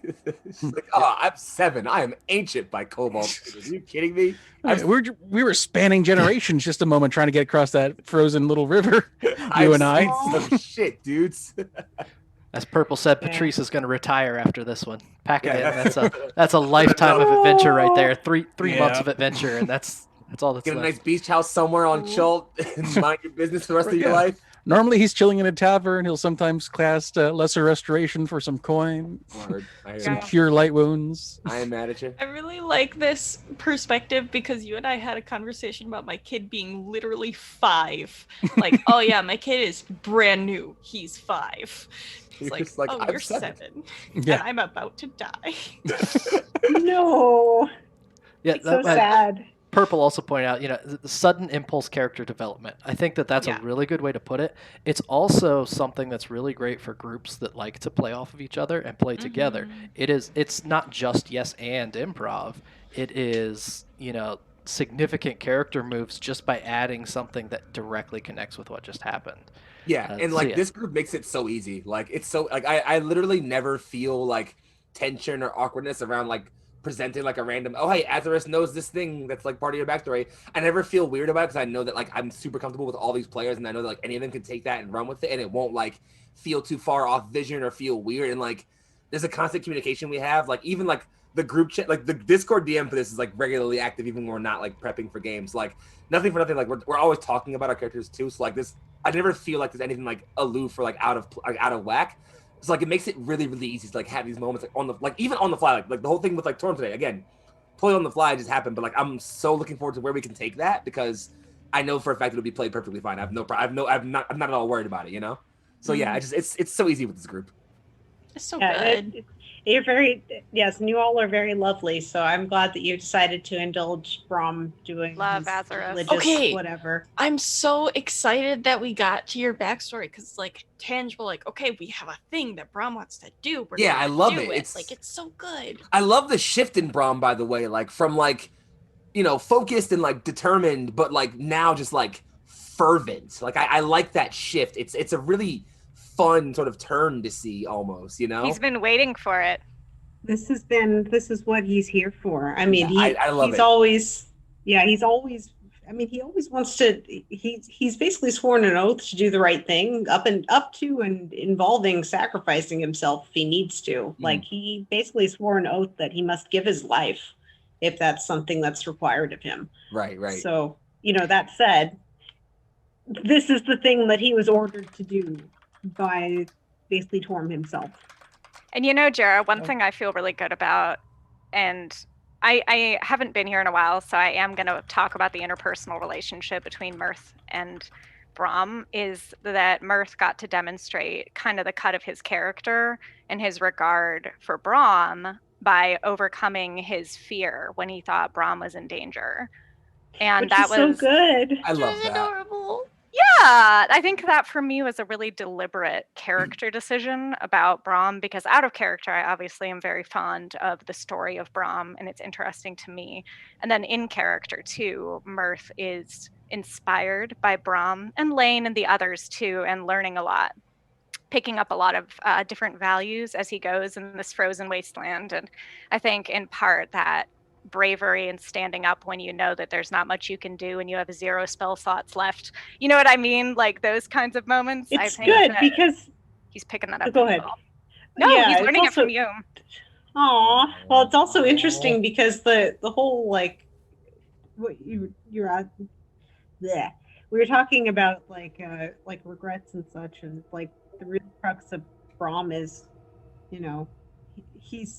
he may be a brave paladin, but he's also basically running away, and he's afraid that he's a coward. So it's interesting that they kind of had that moment where they connected that way. Yeah, I'll have to explore it next time. Like Character fear. building. Oh Yes. yeah, Love definitely. it. Well, I've just been so glad to be able to like just kind of like stand and just not even like a tourist, just like enjoying the story as like an outsider. It's been fun. We've loved having you, dude. Honestly, this is great. It's been fantastic, Ekash. Appreciate you. And we joining keep all us the so much. guests. We can't keep all the guests. If we don't start saying goodbye to guests, they will all stay. Why is that a We bad could thing? have like a party of Because 8 people. It'd be have a great. bad- Party Enough of space on You a were- screen for so many. You were We- like just in a cast of 8. It's possible. We will keep an ongoing group. So if there are any hiccups, as sometimes happen, that Ekaz, are you fine with being on call with a couple days heads up? Always. Okay. That's always been my stance with can- TPK. Can at the when we're all about to actually get to the Frostmaiden, can we bring everybody back?